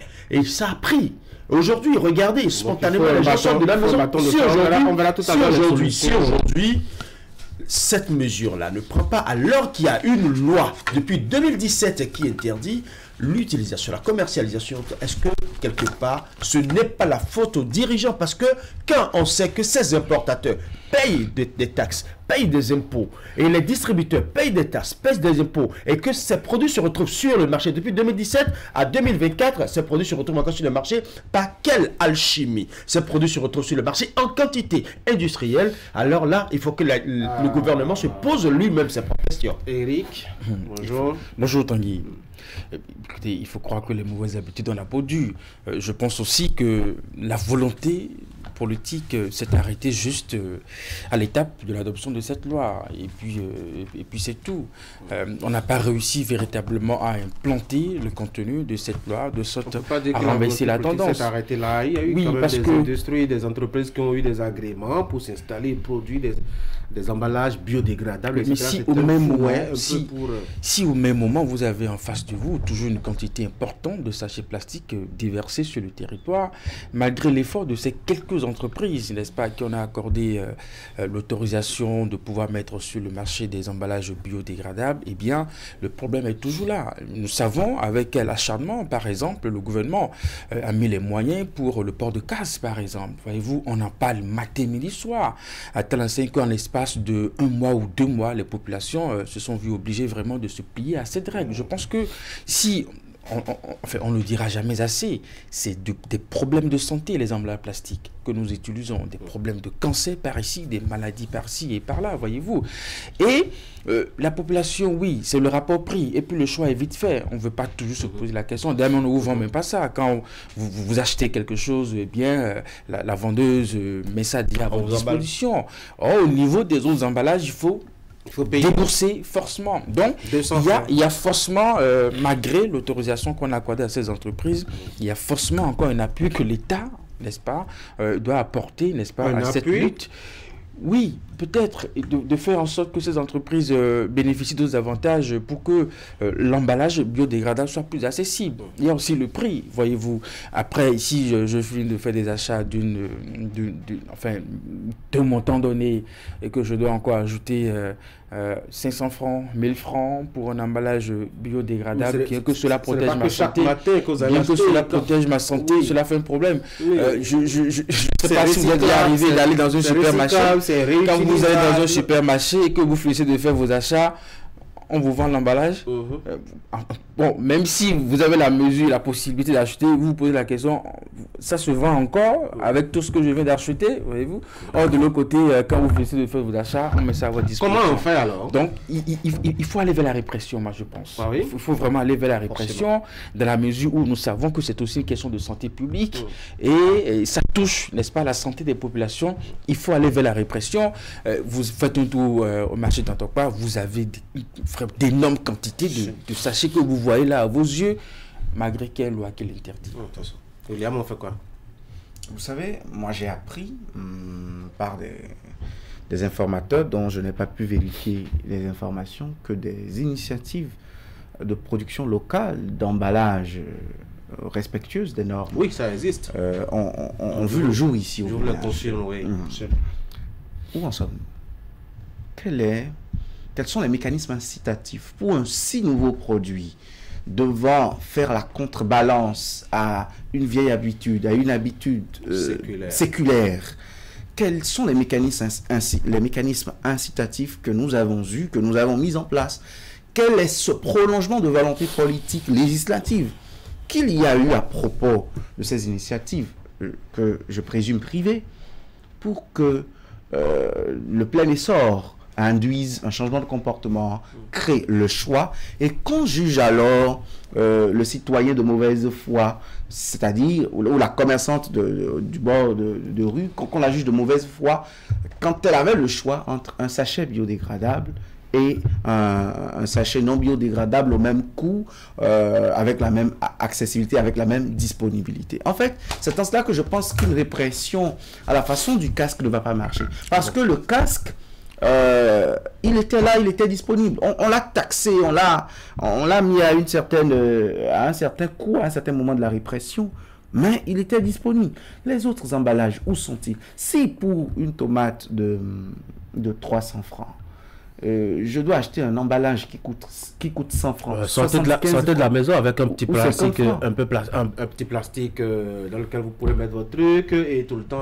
amener. Ah d'accord. Quand on était petit enfant, je me rappelle très bien, on n'allait pas acheter nos manger dans les sachets. On sortait avec nos petits bols, nos petits bols sous les selles avec notre pièce de 25 francs CFA. On allait chez la vendeuse, elle nous servait dans notre petit bol. On mangeait à petit poignet, enfin, à petite bouchée jusqu'à la maison, le temps que ça finisse, tranquillement. Et on lavait le bol. Ça n'avait pas tué quelqu'un. D'accord. Mais ça aussi, c'est de l'éducation. Et l'éducation aussi, cette part de responsabilité revient en majeure partie à l'État, qui doit aussi appuyer les autres organisations isolées de la société civile et autres, à l'école, un peu partout, pour enseigner les bonnes manières aux gens. Et quand, je reviens sur la répression, et quand on éduque, on a suffisamment éduqué et qu'on doit encore faire de la répression, il faut que, même, vous savez, quand vous parlez des emballages, des bols, tout ça, c'est bien beau, hein, mais quand les gens ont gardé des habitudes pendant un certain moment et que vous voulez leur arracher ces habitudes, quand l'alternative n'est pas apportée, mais rassurez-vous, le côté réfractaire est beaucoup... Moi, je n'encourage pas les gens à faire cet affront. Oui, c'est quand même curieux que les gens disent, bon, nos habitudes, on l'a depuis la nuit des temps, alors qu'on leur sert en face l'argument de leur santé. On leur dit que ce que vous faites depuis la nuit des temps peut vous conduire à la mort. Et ça ne les convainc pas, Franck. Encore que l'habitude de la nuit des temps, ce sont les faits. Les conséquences, vous savez, on dit par exemple qu'un sachet plastique peut durer le temps... 400 ans avant de se C'est une source considérable de pollution. Et si vous savez les matières qui entrent en composition dans la fabrication, les dérivés du pétrole, de l'eau, et puis des ingrédients toxiques qui dégagent le gaz à effet de serre, qui maintenant contribuent au réchauffement climatique. Donc c'est un paquet de conséquences que nous avons à travers ces sachets. Vous savez que dans nos maisons, on les utilise pour allumer le feu. Le gaz que ça dégage dans la maison, il y en a même à l'intérieur de la chambre. Lorsqu'il y a par exemple des précipitations, on met ça, mais on veut allumer le charbon, on fait ça dans la chambre et le gaz circule dans la chambre. Donc on est en permanence avec les conséquences de cette affaire-là. Moi, je me dis qu'il faut encourager les investissements privés parce que je me rappelle, l'État ne peut pas produire. Nous n'avons pas d'industrie pour produire, par exemple, disons, c'est ça. Peut-être qu'on va intégrer ça au niveau de la GDIZ. Les emballages biodégradables, on peut les produire en quantité industrielle là-bas. Mais maintenant, le coût, si vous devez avoir un truc en carton avec lequel vous devez transporter vos emplettes, lorsqu'il aura plu, comment vous allez faire? Donc, il faut intégrer tout cela dans la façon de vouloir lutter contre les sachets plastiques et en aidant les structures privées qui avaient déjà commencé. Parce que ces structures privées, les ONG et tout, avaient vu déjà une source d'emploi, une source de revenus aussi, et s'étaient investis dans le domaine. Mais très tôt, et on a baissé la garde et puis eux-mêmes ils ont été désillusionnés quelques jours seulement après. Et ceux qui ont contracté des prêts, je me rappelle, il y a une dame, je ne me rappelle plus trop son nom, et qui est allée véritablement voir les banques, qui les a convaincus et qui a eu beaucoup d'argent, qui a produit après, ça ne prenait plus. Vous allez en pharmacie, on a commencé par servir les produits dans ces emballages-là. 2-3 jours après, vous revenez, on vous reçoit encore dans ces sachets plastiques. Donc je pense que on doit faire... Il n'y a aucune pharmacie qui serve encore dans les sachets. Les sachets qu'ils adoptent maintenant sont plutôt biodégradables. Oui, sont biodégradables. C'est comme de petits sacs qu'ils ont adoptés. Bon, soit, mais je pense qu'il faut impliquer les organismes privés, les structures privées dans la lutte. Vous avez bien fait de demander tout à l'heure comment se fait-il que même quand on brandit l'argument de la santé et que la population ne répond pas. Je donne encore le cas des casques. Dans ce pays, on a dit aux populations, mettez votre casque. Que le conducteur et le passager mettent tous deux leur casque. Parce que dès qu'il y a accident, il y a des morts, il y a des traumatismes crâniens, il y a beaucoup de... Vous savez ce que les populations ont répondu à l'entame? Ils ont dit, mais écoutez, si je meurs, c'est ma vie, ça ne concerne pas la police, ça ne concerne pas le gouvernement. Et c'est l'argument, c'est ce que j'entendais un peu partout. Mais quand le gouvernement a pris le taureau par les cornes, quand les dispositions ont été prises, systématiquement, ceux-là qui disaient c'est ma santé, c'est ma vie, ont compris qu'il faut aller prendre leur casque, même si il y a jusqu'aujourd'hui certaines personnes qui sont encore réfractaires, qui parfois mettent leur casque entre les jambes, et c'est à la vue du policier qu'on remet le casque sur la tête, tout ça. Au moins là, on sent que la répression, la manière de réguler le système a obligé tous ces usagers à prendre les dispositions qu'il faut. On ferait la même chose au niveau des sachets plastiques, qu'aujourd'hui, nous ne serions pas à cette étape. Constatez que dès que ça a été voté à partir de 2017, et puis il y a eu des réformes qui ont été faites, il y a eu une timide prise. Et on a constaté, même au niveau des vendeuses de pain et consorts, les femmes ont commencé par changer leur système. Mais très rapidement, comme il n'y a pas eu substitution, parce que quand vous voulez éviter une mauvaise habitude, il faut deux choses, la substitution et la rigueur. Quand il n'y a pas eu de substitution, à un moment donné, les sachets biodégradables n'étaient vraiment plus disponibles sur le marché, pendant que les sachets non biodégradables qu'on est en train de rejeter revenaient en quantité. Par quelle alchimie? On se pose la question. Et là, de l'autre côté, il n'y a pas eu répression. Le dernier aspect très rapidement, il faut tenir compte aussi de la manne financière que l'importation de ces sachets plastiques donne au pays en tant qu'impôt, en tant que taxe. Est-ce que c'est ce qui est en train d'être mis dans la balance? Transposer cela vers, je dois dire, c'est bien possible. C'est bien possible, mais pour l'instant, ce n'est pas fait. C'est bien possible. C'est la raison pour laquelle je dis que la grande responsabilité est comme encore au gouvernement. Ça ne durerait pas longtemps, on aurait créé un autre problème. On n'aurait pas créé un problème parce qu'il y a la demande qui est disponible. Si on arrête tout de suite la production de sachets plastiques non biodégradables, on arrête tout de suite, la population sera obligée de se trouver un moyen donc d'aller vers justement les biodégradables, et donc là-bas la consommation sera aussi de la même hauteur. La prise serait difficile. La substitution à laquelle je pense plutôt, c'est encourager les importateurs à devenir des producteurs locaux de biodégradables. Et là-dessus, oui, le gouvernement a offert cette opportunité. On a même signé, je dois dire, des autorisations là-dessus. Oui, Eric, pour finir. Je pense que l'idée de la répression n'est que la suite logique de l'application de la loi. On ne demande pas d'aller créer ou d'aller voter encore une nouvelle loi pour une répression, parce que ce que la loi interdit, quand vous le faites, on vous dira que vous êtes tombé sur le coup de la loi. Et c'est d'ailleurs ce qui est un peu étonnant, qu'une loi interdit, n'est-ce pas, la commercialisation des emballages plastiques, et qu'on continue d'observer véritablement sur le marché, cela pose véritablement un problème. Donc, décider de réprimer, pour moi, entre dans la ligne de l'application de cette loi. Et puis, nous le savons, la peur du gendarme peut amener justement certaines personnes à retrouver certaines sagesses. Je pense que le problème qui s'est posé au niveau des entreprises avec qui l'État a signé des contrats pour produire des emballages biodégradables, c'est que, et Franck a donné un exemple, justement, je ne voudrais pas évoquer le nom de la personne, effectivement, ces entreprises ont contracté des prêts pour rentrer vraiment dans la production des emballages biodégradables, mais il se trouve que la quantité d'emballages biodégradable qui est produit sur le marché en comparaison avec la quantité de sachets qu'on continue toujours pas à observer plombe toujours véritablement la possibilité pour ces entreprises de se faire une marge de bénéfice. C'est impossible quand vous avez un produit qui est mal fabriqué mais qui se retrouve sur le marché en grande quantité, malgré votre bonne volonté de produire un produit de bonne qualité, vous ne pouvez pas faire le poids. Donc il faut dans une certaine mesure diminuer, n'est-ce pas, et je reviens là-dessus, par la forme d'une répression, la présence des emballages sur le marché pour pouvoir permettre à des entreprises à qui on a accordé l'autorisation de produire des emballages sains pour permettre à la population de pouvoir... Voilà. Moi, je reviens sur cette question-là. Comment se fait-il que ces produits qui devraient normalement être rejetés continuent de se retrouver sur le marché béninois alors qu'il y a un contrôle alors qu'il y a contrôle.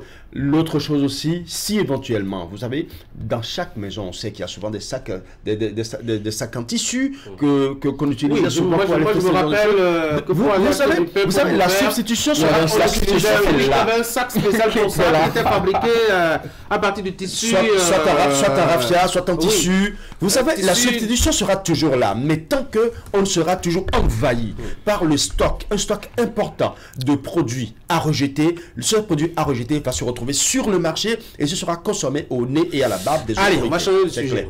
On va parler de ces béninois de marques, de très grandes marques d'ailleurs, qui sont à Niamey depuis lundi pour discuter avec béninois VIP.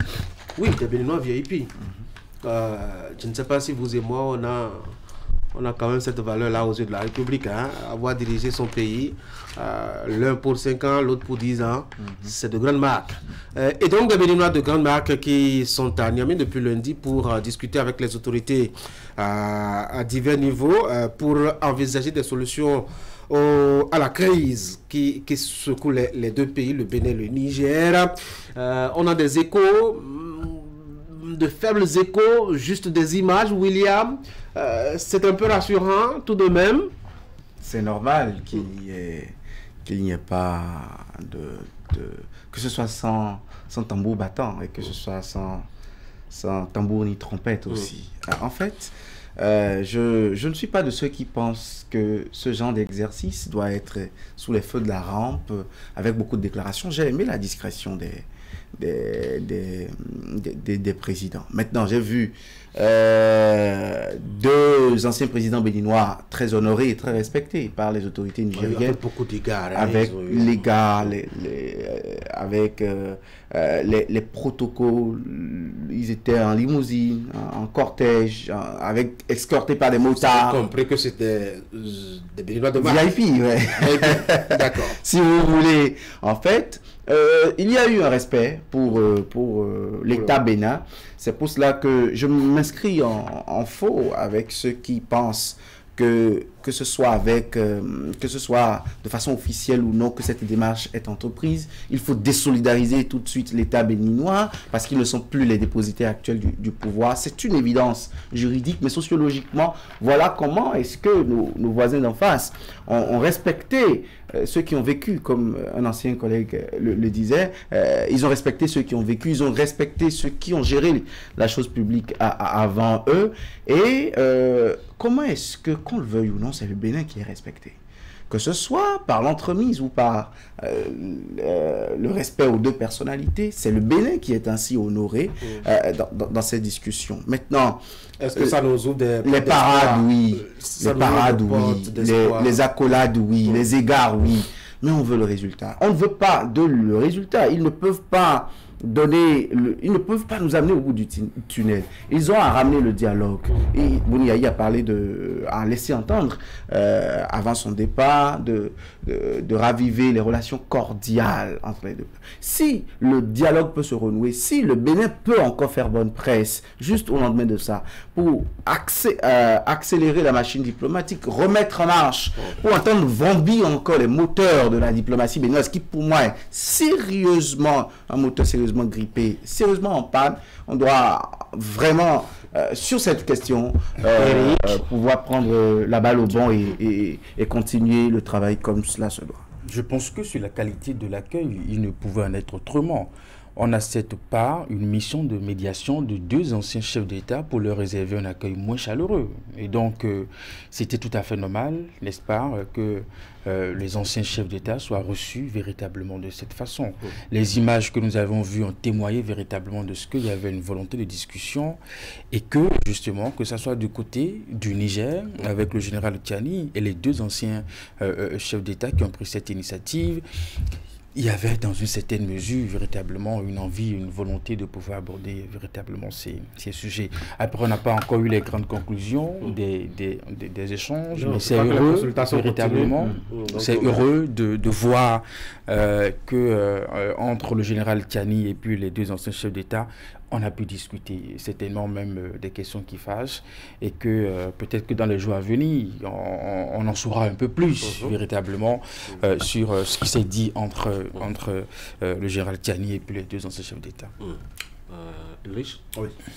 Il y a un dicton en langue locale fond qui dit « Sous nous monte d'abord nous » et se traduit en français pour ceux qui ne comprennent pas fond, c'est-à-dire c'est l'homme qui a vu le serpent qui se glissait à travers la palissade, mais c'est finalement la femme qui a tué ce serpent-là. En fait, le fait que la femme tue le serpent n'entame en rien la virilité de l'homme et n'offusque nullement le fait qu'il soit le chef de la famille. L'essentiel ici, c'est que le danger qui guettait la maison, le hameau, le beau vivre de la maison soit écarté. Que ce soit par la femme ou que ce soit par l'homme, l'essentiel, il y a un couple qui est là et l'essentiel, c'est que le danger soit écarté du foyer. Et que, voilà, le serpent est mort, c'est l'essentiel. Mais le serpent n'est pas encore mort parce que le contexte est fermé. Non, je parle, là j'explique le dicton. Oui, le serpent est vivant, plus que jamais. On est très fait. Pourquoi vous êtes assez pressé? Pour en venir à ce qui peut nous aider. Vous savez, j'ai entendu beaucoup de choses sur le caractère formel ou informel de cette démarche. Vous avez vu la manière dont ces deux anciens chefs d'État ont été accueillis à Niamey avec beaucoup de respect. C'est pour vous dire que ne voyons pas des anciens chefs d'État qui ne sont plus aux affaires, mais voyons plutôt une représentation nationale qui négocie pour que pour que Niamey et Cotonou reprennent leur bon train. L'actuel locataire de la Marina a tout à y gagner en échangeant au retour avec ces deux-là, parce qu'ils ont d'ailleurs même l'obligation d'aller le voir. J'ai entendu certaines personnes dire que est-ce que c'est l'actuel président de la République qui les a envoyés en mission, alors ce n'est pas nécessaire qu'il revienne. Je dis non, le plus important aujourd'hui, ce n'est pas qui essaie de raccorder le fil casse, le fil brisé. La question c'est comment faire en sorte d'espoir. Il y a beaucoup de portes d'espoir. Déjà, moi j'ai vu à travers cette image-là, le général Tiani qui a encore du respect pour le Bénin. Contrairement aux échanges, aux déclarations qui se faisaient on n'avait jamais vu des images aussi proches comme ça. Et c'est ça justement qui en présence d'autorités. C'est ça justement qui prête foi. Et c'est ça justement qui prête foi à l'espoir que vous êtes en train de demander. Et si ça prête foi à l'espoir que nous sommes en train de demander aujourd'hui, le plus important très rapidement, c'est de faire en sorte que les échanges qui sont en train d'être faits soient assez discrets. Pourquoi? Vous savez, la presse, les réseaux sociaux ont contribué d'une certaine manière à la dislocation des rapports. Parce que quand les échanges s'y font, à dégrader les relations, quand les déclarations sortent de toutes parts, ce que Niamey dit, Cotonou est au courant. Ce que Cotonou dit, Niamey est au courant. Et parfois, l'homme étant censé... L'homme naturellement a un ressenti. Oui. Et vous savez, quand les discussions vont de toutes parts et que les gens font des discussions dans tous les sens, ça n'arrange pas. Mais quand ça va discrètement et que nous avons les résultats, je pense que ça peut beaucoup plus donner de bons signes. Vous êtes à la tête d'un État, vous ne le faites pas avec tout ce que vous entendez. Les réseaux sociaux, ça bavade beaucoup, mais vous avez votre renseignement. Et quand vous faites la comparaison, vous faites une lecture croisée, vous savez qu'est-ce qui est vrai de l'autre. Chaque homme d'État a sa manière de s'informer. On nous racontait que le général Mathieu Kérékou s'informait auprès des gens les plus... Enfin, des citoyens les plus banals. Oui, voilà. Les citoyens lambda. Voilà, les citoyens lambda. Et qu'ils se promenaient... Ils prenaient des cafés à Paris avec... Voilà, donc pour avoir l'information, parce que lorsque le renseignement lui rapporte des faits, lui vérifie par ces canaux-là. Je pense que le déplacement de ces deux anciens chefs d'État, vous avez vu que dans leur prise de parole, sauf erreur de ma part, j'ai vu que c'est le président Nicéphore Soglo, dans les images qu'on nous a montrées, du moins, c'était le président Nicéphore Soglo qui discutait avec le général Tiani. Je pense que c'est très important. Ils ont pesé non seulement de leur poids en tant qu'anciens chefs d'État, mais ils ont misé également sur l'âge à travers la personne de Nicéphore Soglo. Et le fait que Niamey ait accepté de... Pourquoi vous riez? Vous me déconcentrez. Personne ne rit. Non, Eric rit et ça me fait avorter. Mais regardez-moi alors. Ça me fait avorter mes idées. Non, regardez-moi alors si Eric vous distrait. Ça me fait avorter mes idées. Oui. Non, ça me fait avorter. Il n'a pas le courage de vos idées devant Eric. Est-ce que je comprends? Il revient sur le fameux droit de l'aise. Il se rattrape. Non, il sait pourquoi Eric. Ah, d'accord. Je parle quand même français. Je ne dis rien. Et donc, c'est pour dire que si déjà Niamey a pu accepter, on aurait pu dire que l'agenda du général Tiani est très chargé et qu'il ne pourrait pas recevoir ces deux anciens chefs d'État béninois. Et donc, moi, je pense que contrairement à ce qui se dit, les deux anciens chefs d'État ont dû faire une petite note d'information à Patrice Talon pour lui dire, écoute, nous, on veut tenter quelque chose pour essayer de sauver les meubles. Ça ne peut pas être divulgué dans la presse, ça ne peut pas être... Donc, à leur retour, je pense que la discrétion qui a été observée, où on n'a pas eu de déclarations nous sommes allés, on a été bien reçus, le dénouement c'est pour bientôt, je pense que c'est une très bonne stratégie parce que au-delà du fait que le déplacement est un peu informel, c'est que ce qu'ils ont entendu là-bas est très important et ça doit, la première oreille qui doit l'entendre, c'est d'abord l'oreille de Patrice Talon. Voilà. Et donc, à leur retour, je pense que le chef de l'État, j'en aurais fini, ça fait un bon temps. Oui, il ferait bien de ménager son agenda pour qu'il discute et que les informations qui vont fuiter soient des informations traitées, soient des informations minutieuses pour que cela ne jette pas encore davantage de l'huile sur le feu. Parce que si ces informations-là sont mal traitées, ça pourrait encore braquer les gens du côté de Niamey. Et que surtout le droit d'aînesse prédomine. Oui, prédomine. Que surtout le droit d'aînesse revienne. C'est que la démarche soit vraiment... C'est que le droit d'aînesse, oui, le statut d'ancien chef d'État, oui. Mais quand vous voyez les images, Tiani était vraiment en confiance. Et c'est normal parce qu'il avait en face de lui des gens qui d'abord avaient déjà pris position dans cette crise. Et donc il se retrouvait, je vais dire... avec des amis. Avec des amis. Voilà.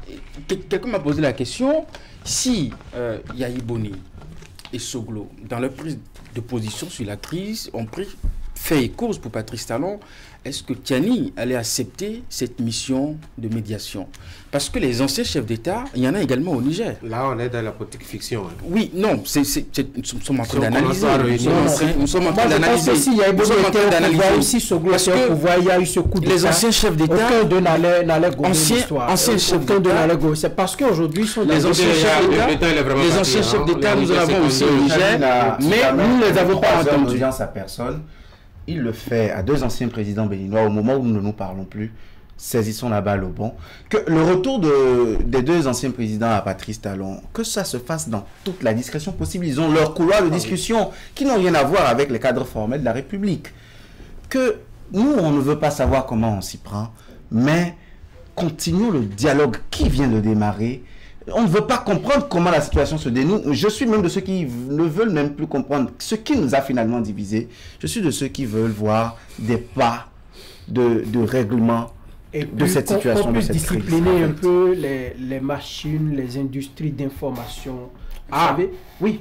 On peut discipliner dans cette affaire-là les industries d'information. Non, mais c'est de quoi je parle. Oui. Allez les gars, merci beaucoup pour la discussion. Les deux présidents sur les réseaux sociaux. On souhaite de passer une très bonne journée, très bon moment de week-end par anticipation. Mesdames et messieurs, c'est la fin de cette émission. Merci d'avoir été là. Ce fut très laborieux, en tout cas pour cette semaine, pour l'équipe, je veux dire. Merci pour votre fidélité. On va se retrouver à partir de lundi prochain, certainement avec une santé plus reluisante, une équipe plus requinquée et surtout avec de très bonnes informations à relayer, à traiter, à analyser par ici. Merci pour la fidélité, merci pour l'accompagnement, merci pour la présence et surtout, n'oubliez pas que c'est important de rester fidèle au programme de Canal 3 Bénin, c'est la meilleure chaîne à Cotonou. Prenez soin de vous.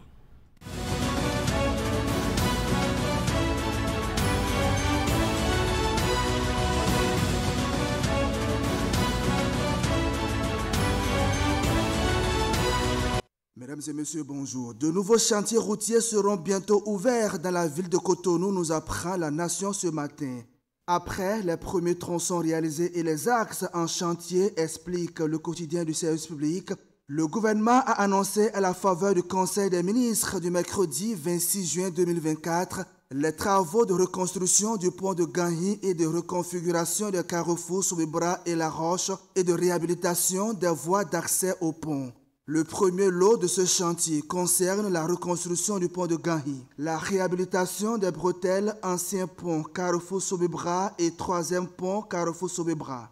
Selon le journal, pour tout usager qui parcourt la traversée de Cotonou, La reconstruction de ces axes routiers et du pont était plus que nécessaire, car il y a un déphasage patent entre la partie déjà réhabilitée et celle qui gardait encore les séquelles de la vieillesse et qui n'attendait que d'être reconstruite pour être mise au goût du jour. Cette réflexion était autant urgente selon la nation que la partie concernée se trouve entre la fin du splendide boulevard de la Marina et une partie de la corniche est de Cotonou qui offre déjà son beau bitume aux usagers.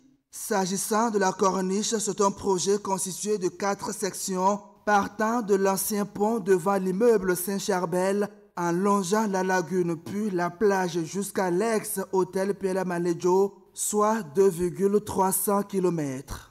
La conception de cette infrastructure, ajoute le matinal, est composée d'une chaussée bidirectionnelle à 2 voies de circulation, 2 accotements dédiés aux 2 roues, un trottoir abritant les ouvrages d'assainissement et une piste cyclable pour parcours santé. Dans la conception de l'ouvrage, précise le Canard, il est aussi prévu un espace vert de largeur variable pour parcours sportifs, un mur végétalisé et une voie de desserte entre le quartier Enayon et la zone résidentielle. Au regard de tout ceci, conclut le journal, les travaux annoncés en Conseil des ministres le mercredi 26 juin 2024 viennent consolider et optimiser la réalisation de la corniche est de Cotonou. Cette initiative est en parfaite cohérence avec le PAG qui postule entre autres que les infrastructures construites ou reconstruites sont des réseaux structurants en adéquation avec les pôles de développement économique et donc adaptés à la relance économique. Fraternité pour sa part consacre sa manchette ce matin à la saison pluvieuse et le phénomène de pollution et parle du cycle infernal dans la ville de Cotonou.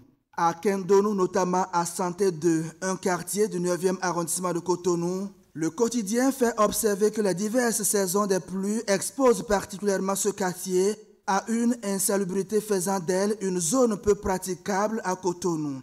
L'insalubrité y règne à maître, surtout qu'il est situé à proximité du lac Nokoué. À chaque 5 mètres, indique Fraternité, l'on retrouve de part et d'autre des boues mélangées au tas d'immondices.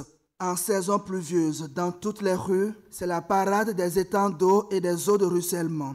Puis, il est fréquent d'apercevoir des personnes adultes et même des enfants marcher sans aucune précaution. Pour toute personne étrangère, l'air frais est irrespirable. Les riverains sont exposés, selon l'apparition, à une colonie de moustiques. Face à cette réalité accablante, les habitants de Kendonou lancent un appel à l'action. Dans la colonne de Fraternité, ils appellent à une action concertée et durable pour transformer la réalité de leur quartier et offrir un environnement sain à tous.